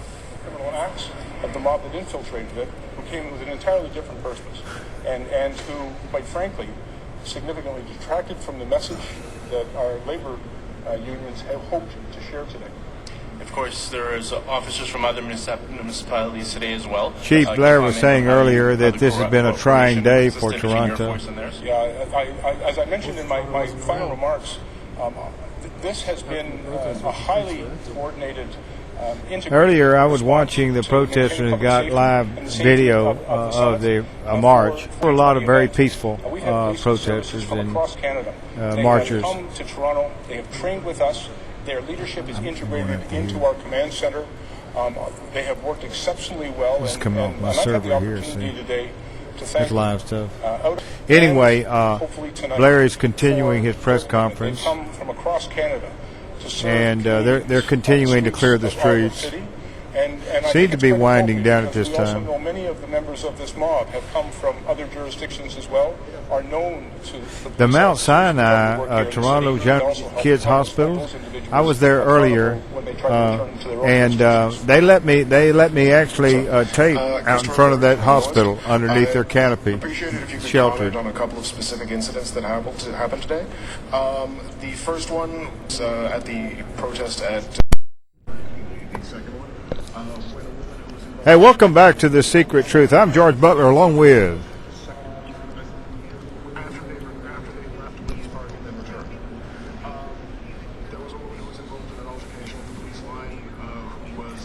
Yes. Do you have any details on how that came to happen? No. Okay. The second involves What's that? Go ahead. an hour ago at the same location, wherein a number of police rushed out from the police line, clubbed certain protesters with batons, and did not take all of them, but only certain of them. Can you comment on that at all? No. Okay. And final question. A number of protesters have been discussing an all-night block party in the Church Wellesley Village just 11 p.m. tonight. Do the police have any planned response to this? Yes. Can you elaborate? No. Thank you very much.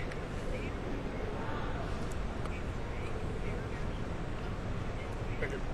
Well, that was Chief Bill Blair and making his answers very short at the end. I want to, if we possibly can, and I'll bring Stephanie Snipe in on this, I'd like to Yes. try to visit as many live locations as we can to give you a look at what is going on in your city, Toronto, right now.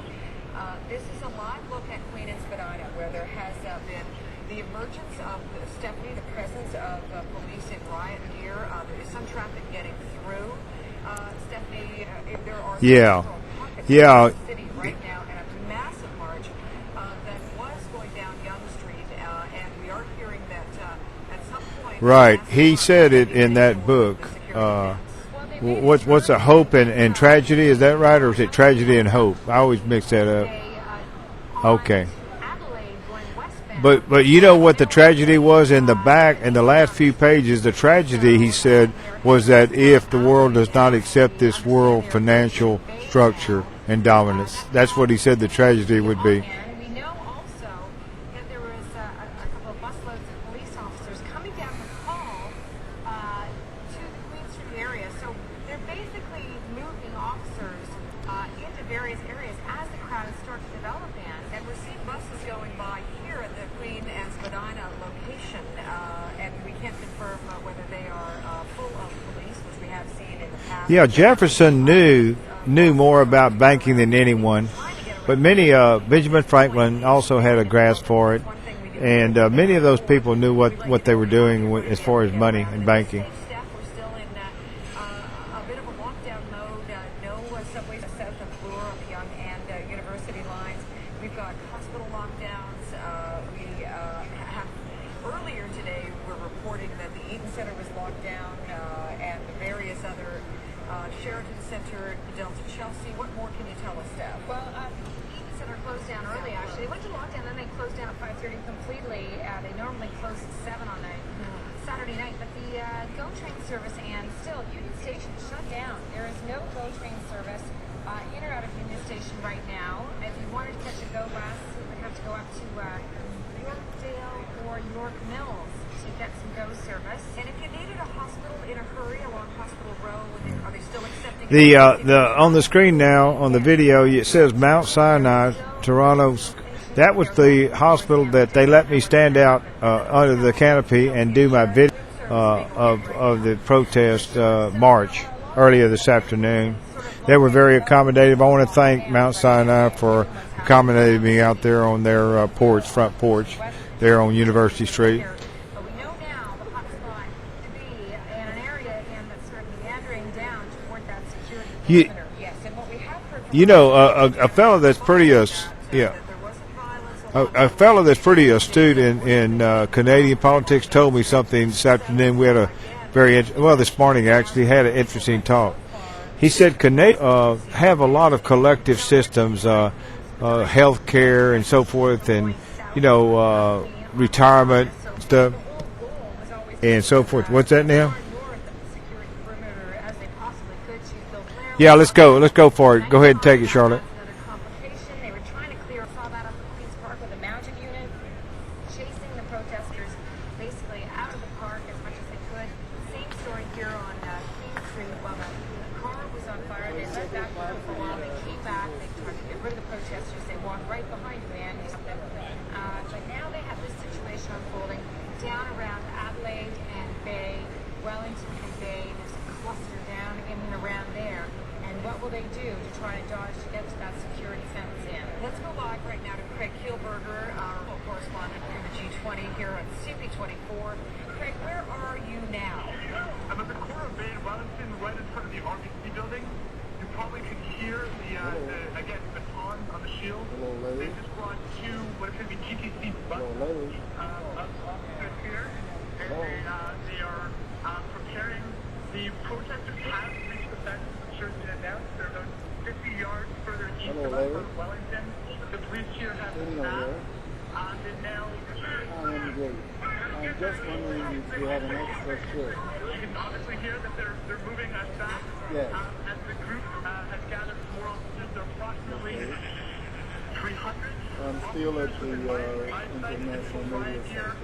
Both inside and I'm outside going to of leave the key and my radio, the phone right here.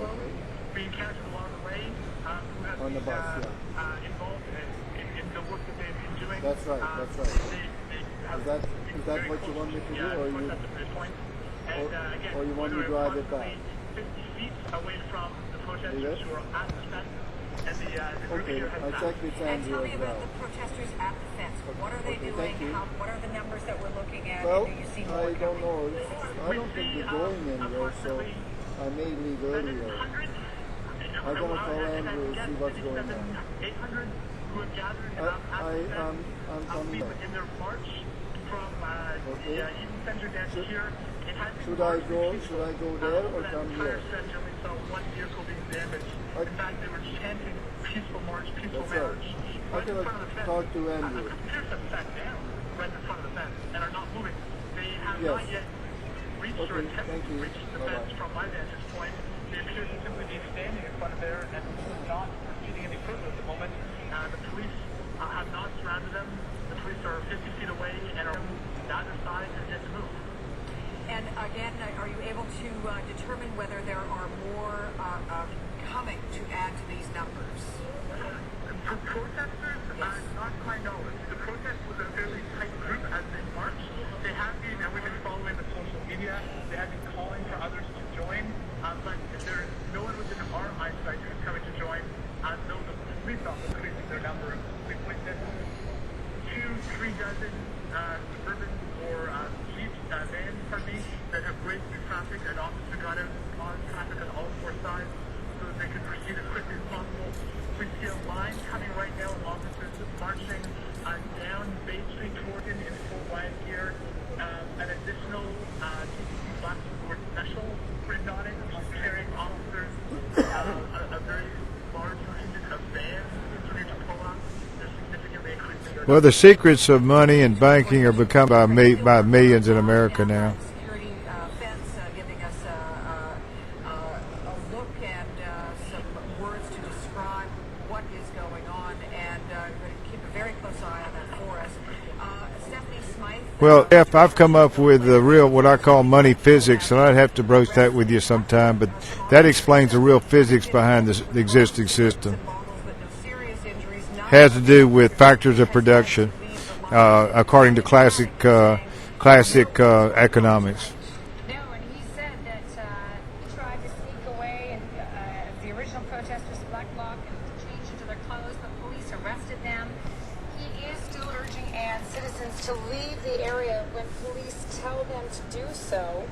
And we're looking at that situation right now. As Craig was saying, about hundreds now down at the security perimeter. And no doubt, police will be telling people to get out of that area.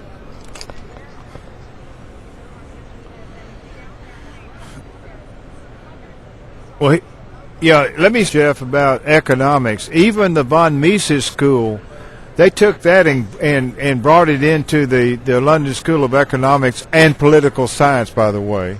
So they co-opt any kind of thought, or economic thought. Even something like Mises has been used to control the population, what I'm telling you.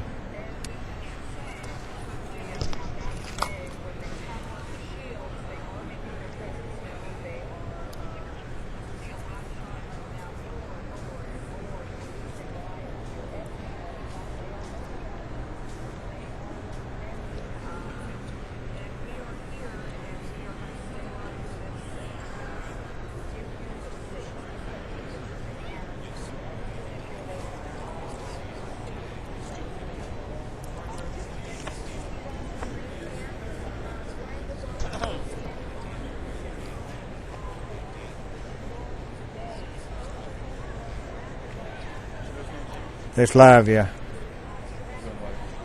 Yeah. We're live out to the world. No, it's okay. It's not that critical. Hey, it's not CBS, right? It's no big diggy. But it's fun.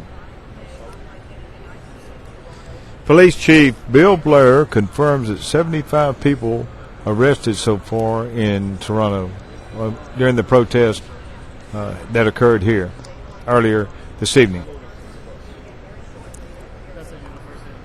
There's some shots now at University in Wellington in downtown Toronto. Protesters that protested the G-20. Mayor David Miller says protesters are not welcome in Toronto. That's an obvious given. Police and protesters clash at Queen's Park, and police search the vehicle near G20 protest camp. They seize possible weapons right now. It's ongoing. Breaking news. University Street in Spadina subway line closed between St. George to Bloor due to protesters. There was a lockdown earlier on the major hotel town, Toronto. Don't know the status now. Many of the reporters here at the International Media Center are clearing out.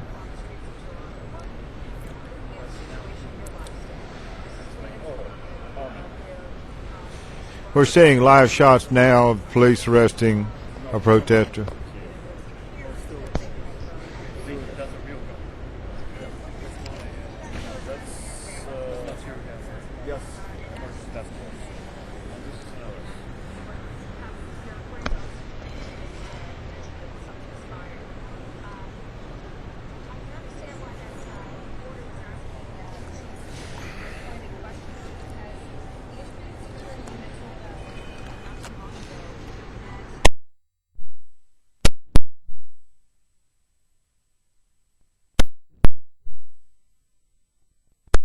Bullets. So I think that there's such a fluid situation, and it is. And communication, they're doing their best. I know that much. They have been available to every call we've made tonight and keeping us updated. Well, and communication is key, and that's why we bring in Austin Delaney. Austin, where are you, and what are you seeing right now? Yeah, better.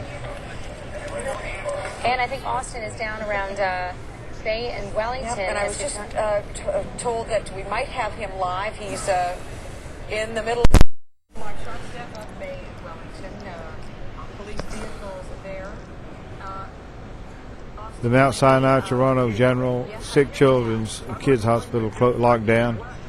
Prime Minister Harper is hosting the G20 leaders at a dinner right in town, Toronto.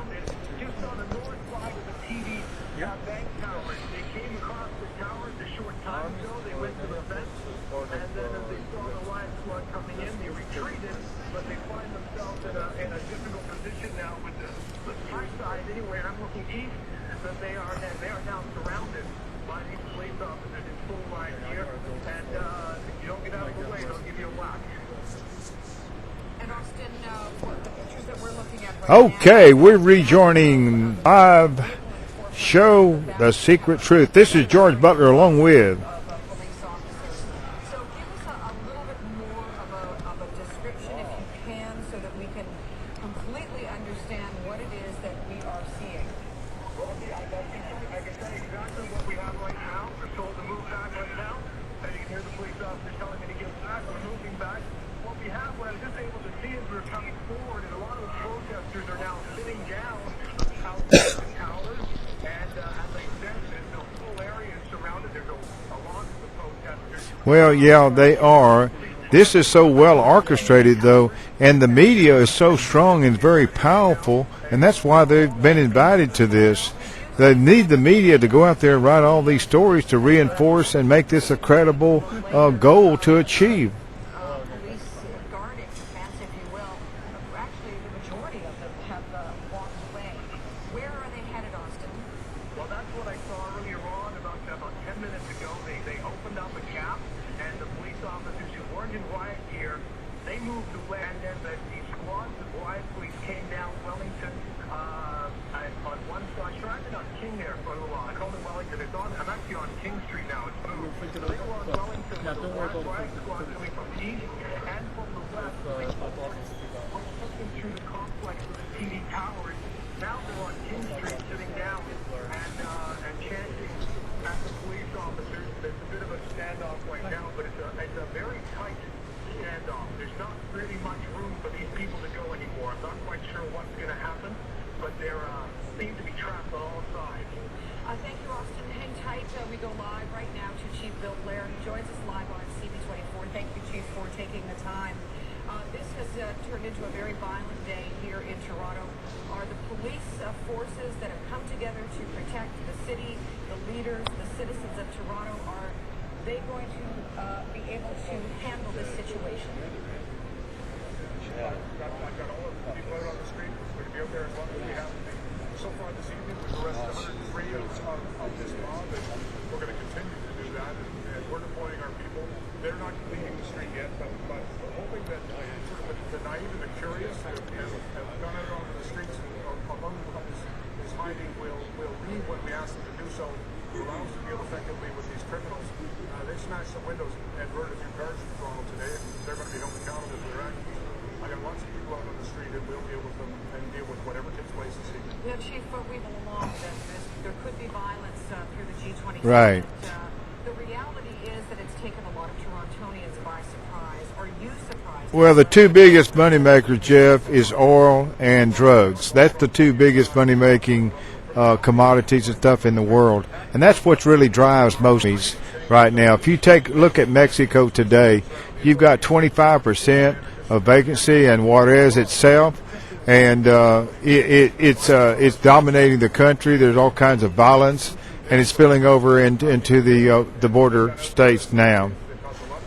So that go ahead. I think that a lot of very naive people have been, frankly, spouting some nonsense. We even heard people suggesting they bring the children down to that demonstration today, and we knew that this group was going to infiltrate. Well, the North American Union is the plan that George W. Bush struck at Waco in 2005 with the Prime Minister at the time of Canada, the President, and then the President of Mexico. And that is being implemented, and that is on the plate of the also. The individuals are being dealt with by police. We've been live watching everything going on in the city all day long. What do you say to that? And I'll tell you, he's down. They're armed with incendiary devices and Molotov cocktails. They started a number of fights. They came down with clubs with fish hooks in them, and they have been engaged in quite a number of attacks on my police officers.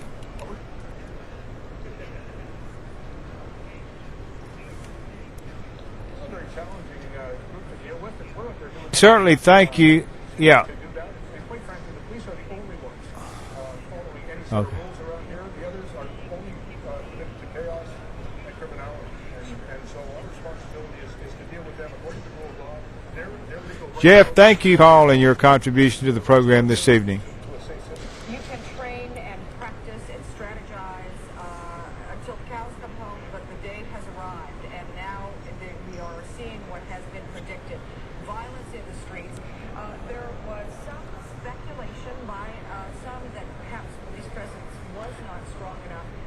Yes. Yes. Okay. Well, thank you very much, Jeff, for your contributions tonight. Good night.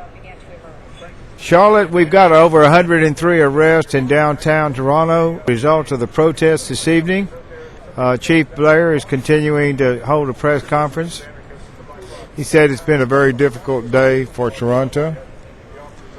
We're still here live broadcasting from the International Media Center in Toronto, Canada.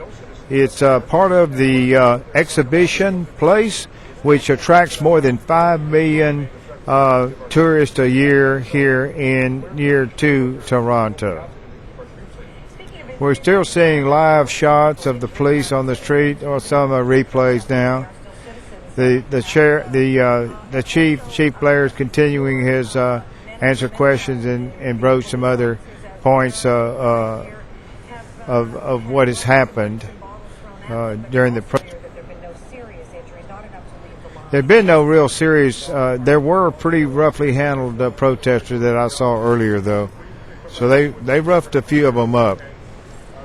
The police were not hurt at all, according to Blair. Would say some of the protesters were roughed up some that were arrested.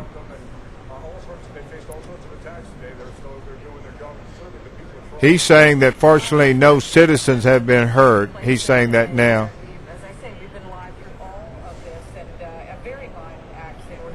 Yeah.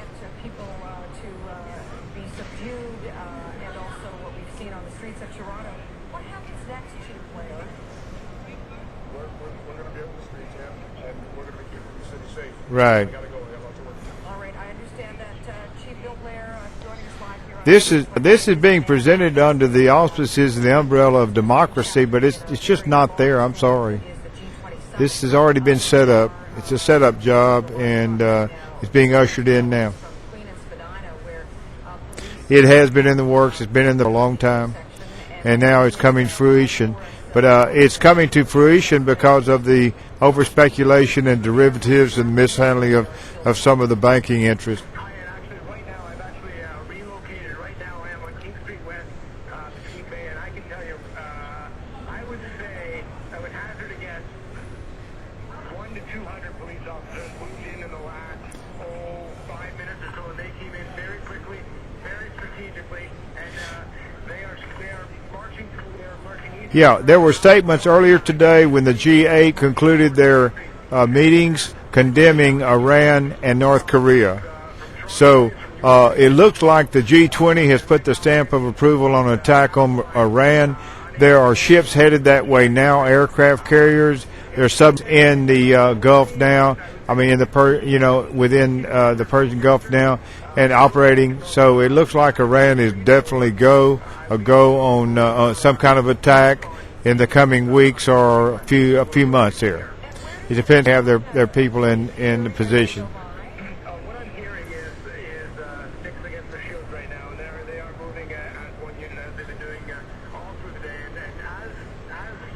And I want to thank all of our engineers at GCN for the fine work they've done. And Rachel, you're doing great up there. And you're hanging in here. We're the leading alternative news network in the nation, and we're going to try to make it bigger and better.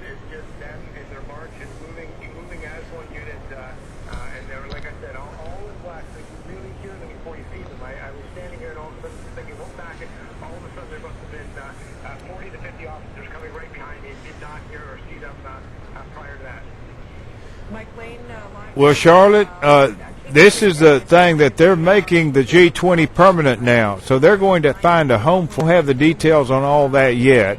But this particular meeting, this fourth meeting, is finalizing the permanency of the G20. So it will be a permanent organization from now on, and it will have a location and start operating as an entity from now on.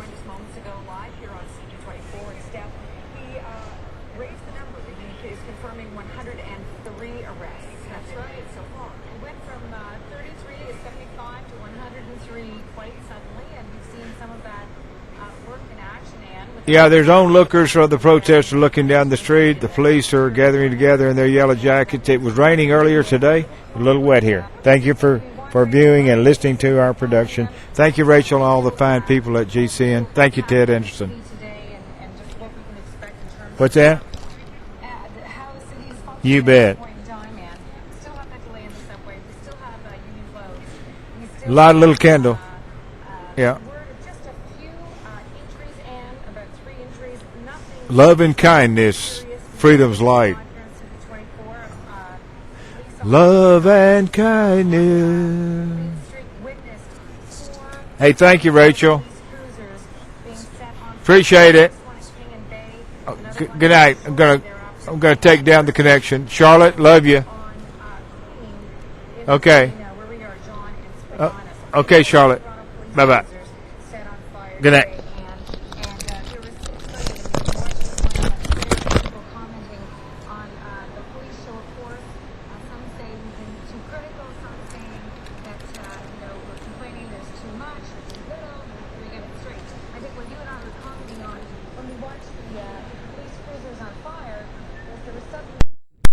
Whatsoever, and that was. We know now how they're dealing with these situations, how they're roaming and going where they're needed on an as-need basis. I guess they figure that a burning police cruiser will keep them occupied at a time. Some of the protesters watching that, and the new number total now 130 people arrested after this day in Toronto of protests, or at least a day that began as a peaceful protest that has turned into, unfortunately, scenes of police cars being torched. And earlier, this scene on Queen Street, one of two Toronto police cruisers set on fire. This standoff between the police officers in riot gear, and of course, the Mounted Police Unit being there to back them up when needed. And we are under a cover of darkness here in the city of Toronto. We're coming up to 10 o'clock on Saturday night, the 26th of June. And we've got George Lagajanis, Steph, who has been following protesters as they have been making their way toward the security fence. So what can you tell us right now, George? Well, thanks, Ann. We're actually parked in our breaking news vehicle on King Street at University. And we're in the middle of a police line. We were here planning to try and get behind this protest group again, as we heard from our other CTV affiliates and friends that the group had decided to head south again and go east on King. While we were about to try and follow them, we get back up the system, and then the police surrounded us. So they're preventing any of these protesters from coming west along King. And the police actually came up to our vehicle and knocked on the window and told us, basically, no sudden moves. Don't come out of the vehicle. And right now, their backs are to us. And it's an interesting scene. It's a double line of police, about 60 to maybe 80 officers. And they all have tiny little lights on the back of each of their vests. Some white, some purple, some blue, some green, and some red. Not exactly sure what distinction that means between officers. Some are on one knee. Others are with masks up, others with masks down. So it's a concerted effort, and I can tell you that there's 4 or 5 large buses around us that pulled in here about 20 minutes ago with scores of officers. We are literally surrounded by police where we are, but it's a very quiet scene here. And earlier, it was a group of about the same size that prevented the group from going eastbound. Now, just as I speak, it looks like the police line is breaking up. They're turning around. There's some smiles. Their shields are down. And I guess they feel confident that the crowd's not coming west on King, at least. So I'm going to wrap this up. We're going to continue to try and find out where the protesters stand in town. And this group, at least those 60 to 80 officers, is getting back on the bus. And it's back to you. All right, George Lagajanis, thank you for that. And Stephanie Smythe, I want to bring you back in. What interesting comments from George Lagajanis, Steph, about just a slice of calm, if you will, at least in the position where he was, which was King and University. Well, and that's what we see. It gets heated and then it goes calm. Of course, you're looking at heated moments from earlier today on Queen Street. The riot police, they forge in where they're needed, make their presence known, and then it seems, for the most part, that these people back off or move away, and in this case from down around the security perimeter. But it always gets tense and then seems to lighten up, thankfully. And now I could tell there was a lot of rain in one of the shots I was looking at, so I believe it's raining pretty heavily right now outside, and that might help break up clouds. The police chief concerned about the cover of darkness and protesters and what could be happening next, but they certainly are prepared to move in any direction now, especially as that group heads closer toward the security perimeter. And as we've watched the live images here on CP24, you know, we're watching like everyone and seeing this city going through, hopefully not a rite of passage. I would hate to think of it this way. But police have come together en masse in strength, and they've been doing what appears to be every book, and this is a very big city, and with the technology at hand today, protesters, in a way that we've never seen before, can communicate with one another and bring together in a faster way than we have seen in the past with the antiquated ways of communicating. So police with a tremendous challenge, a lot of them extremely experienced when it comes to crowd control, to protests and riots as well. And it's incredible to see all of the different places that we are here at CP24, and we're working so closely with CTV, a great partnership to bring you as safe a perspective of what's going on today, day one of the G-20 summit, and day of a very difficult protest here in Toronto. And we're hearing from CTV's Andrea Case that the protesters are on the move again right now. They are along Front Street moving west from Victoria. So that's where they're headed. We're also hearing that some of our crews are stuck because of the crowds right now. They're trying to catch up. It's a whole traffic nightmare in a sense down and around the downtown core right now in the financial district and anywhere near that security perimeter. What I find fascinating today, Anne, is how we've watched these police units in action. We've really seen, and I think all of us had a lesson in how they operate and how they try to keep things calm and what can potentially ignite things, like that officer being hit off his mount on Queen Street earlier. Then we saw, you know, the sudden flare of force with the Toronto Police Force, and I don't think anybody could probably blame them at that moment in time for surging to protect their own. I want to go to Nathan Downer. Don't go anywhere, Steph. You are, I believe, near the security fence, Nathan?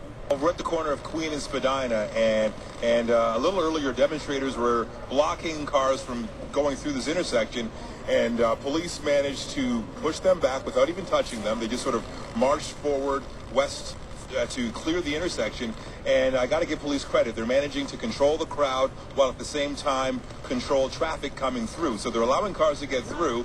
Now, during that time, there was a bit of a confrontation between one of the protesters and police. And police, by the way, from my standpoint, were they finally arrested this one demonstrator. 4 or 5 officers put him down, and then eventually he got up. He seemed to be uninjured, believe it or not, and then he was escorted by 2 officers into a police vehicle. So one arrest has been made just moments ago here at the corner of Queen and Spadina, while police control the crowd, maybe 100 or so, and at the same time control traffic, but they're still managing to somehow get the cars through at this intersection. So a lot going on here at Queen and Spadina. And imagine seeing traffic being directed with a baton. It really is. It's an intimidating sight. It is. You know, the pouring rain, there are certain tactics that are used in protests when they're extremely violent, things like water cannons. You have to wonder if the pouring rain may put a damper on the movement, the passion that the protesters seem to have for moving about the city and standing off against. It might. I'm guessing it would slow them down, perhaps, make them a little less agile. I mean, it's tougher to get around in the rain, so hopefully it has a cooling off effect on the protesters and makes things a little easier for the police. What do you see traffic-wise here? I mean, you are seeing the police directing traffic, using their baton in there.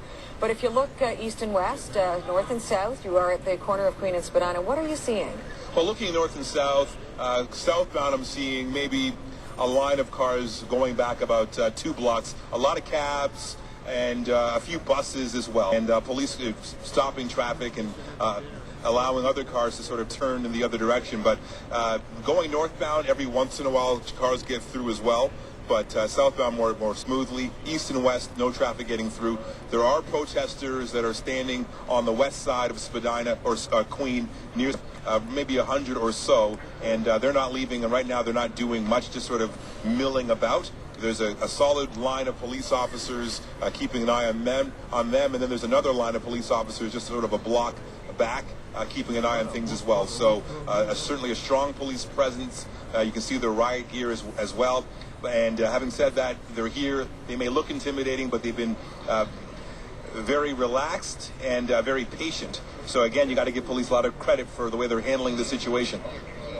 CP24's Nathan Downer live at Queen and Spadina as we continue to watch the situation. Nathan mentioning a few hundred protesters sort of milling about is the term that he used, the presence of police, and in fact they've stepped in and they're directing traffic to boot. We got word, Stephanie Smythe, earlier, and you read it to us live, a statement from the Prime Minister's office condemning the violence today. And right now, a working dinner, it's probably over, with the leaders and the spouses doing their own thing, but all a big do and long dresses and drop earrings and tuxedos at the Royal. And a very different picture as we look at our own Queen Street West, where we live and love and learn. We've got police in riot gear. And Stephanie Smythe is just having a little changing of the mic. You know, it's one of those, you know, we're constantly on the air and tracking everything that's going on, and every once in a while a battery needs to be changed. You know what? There's no World Cup soccer on right now, so I'm in luck. I got to change.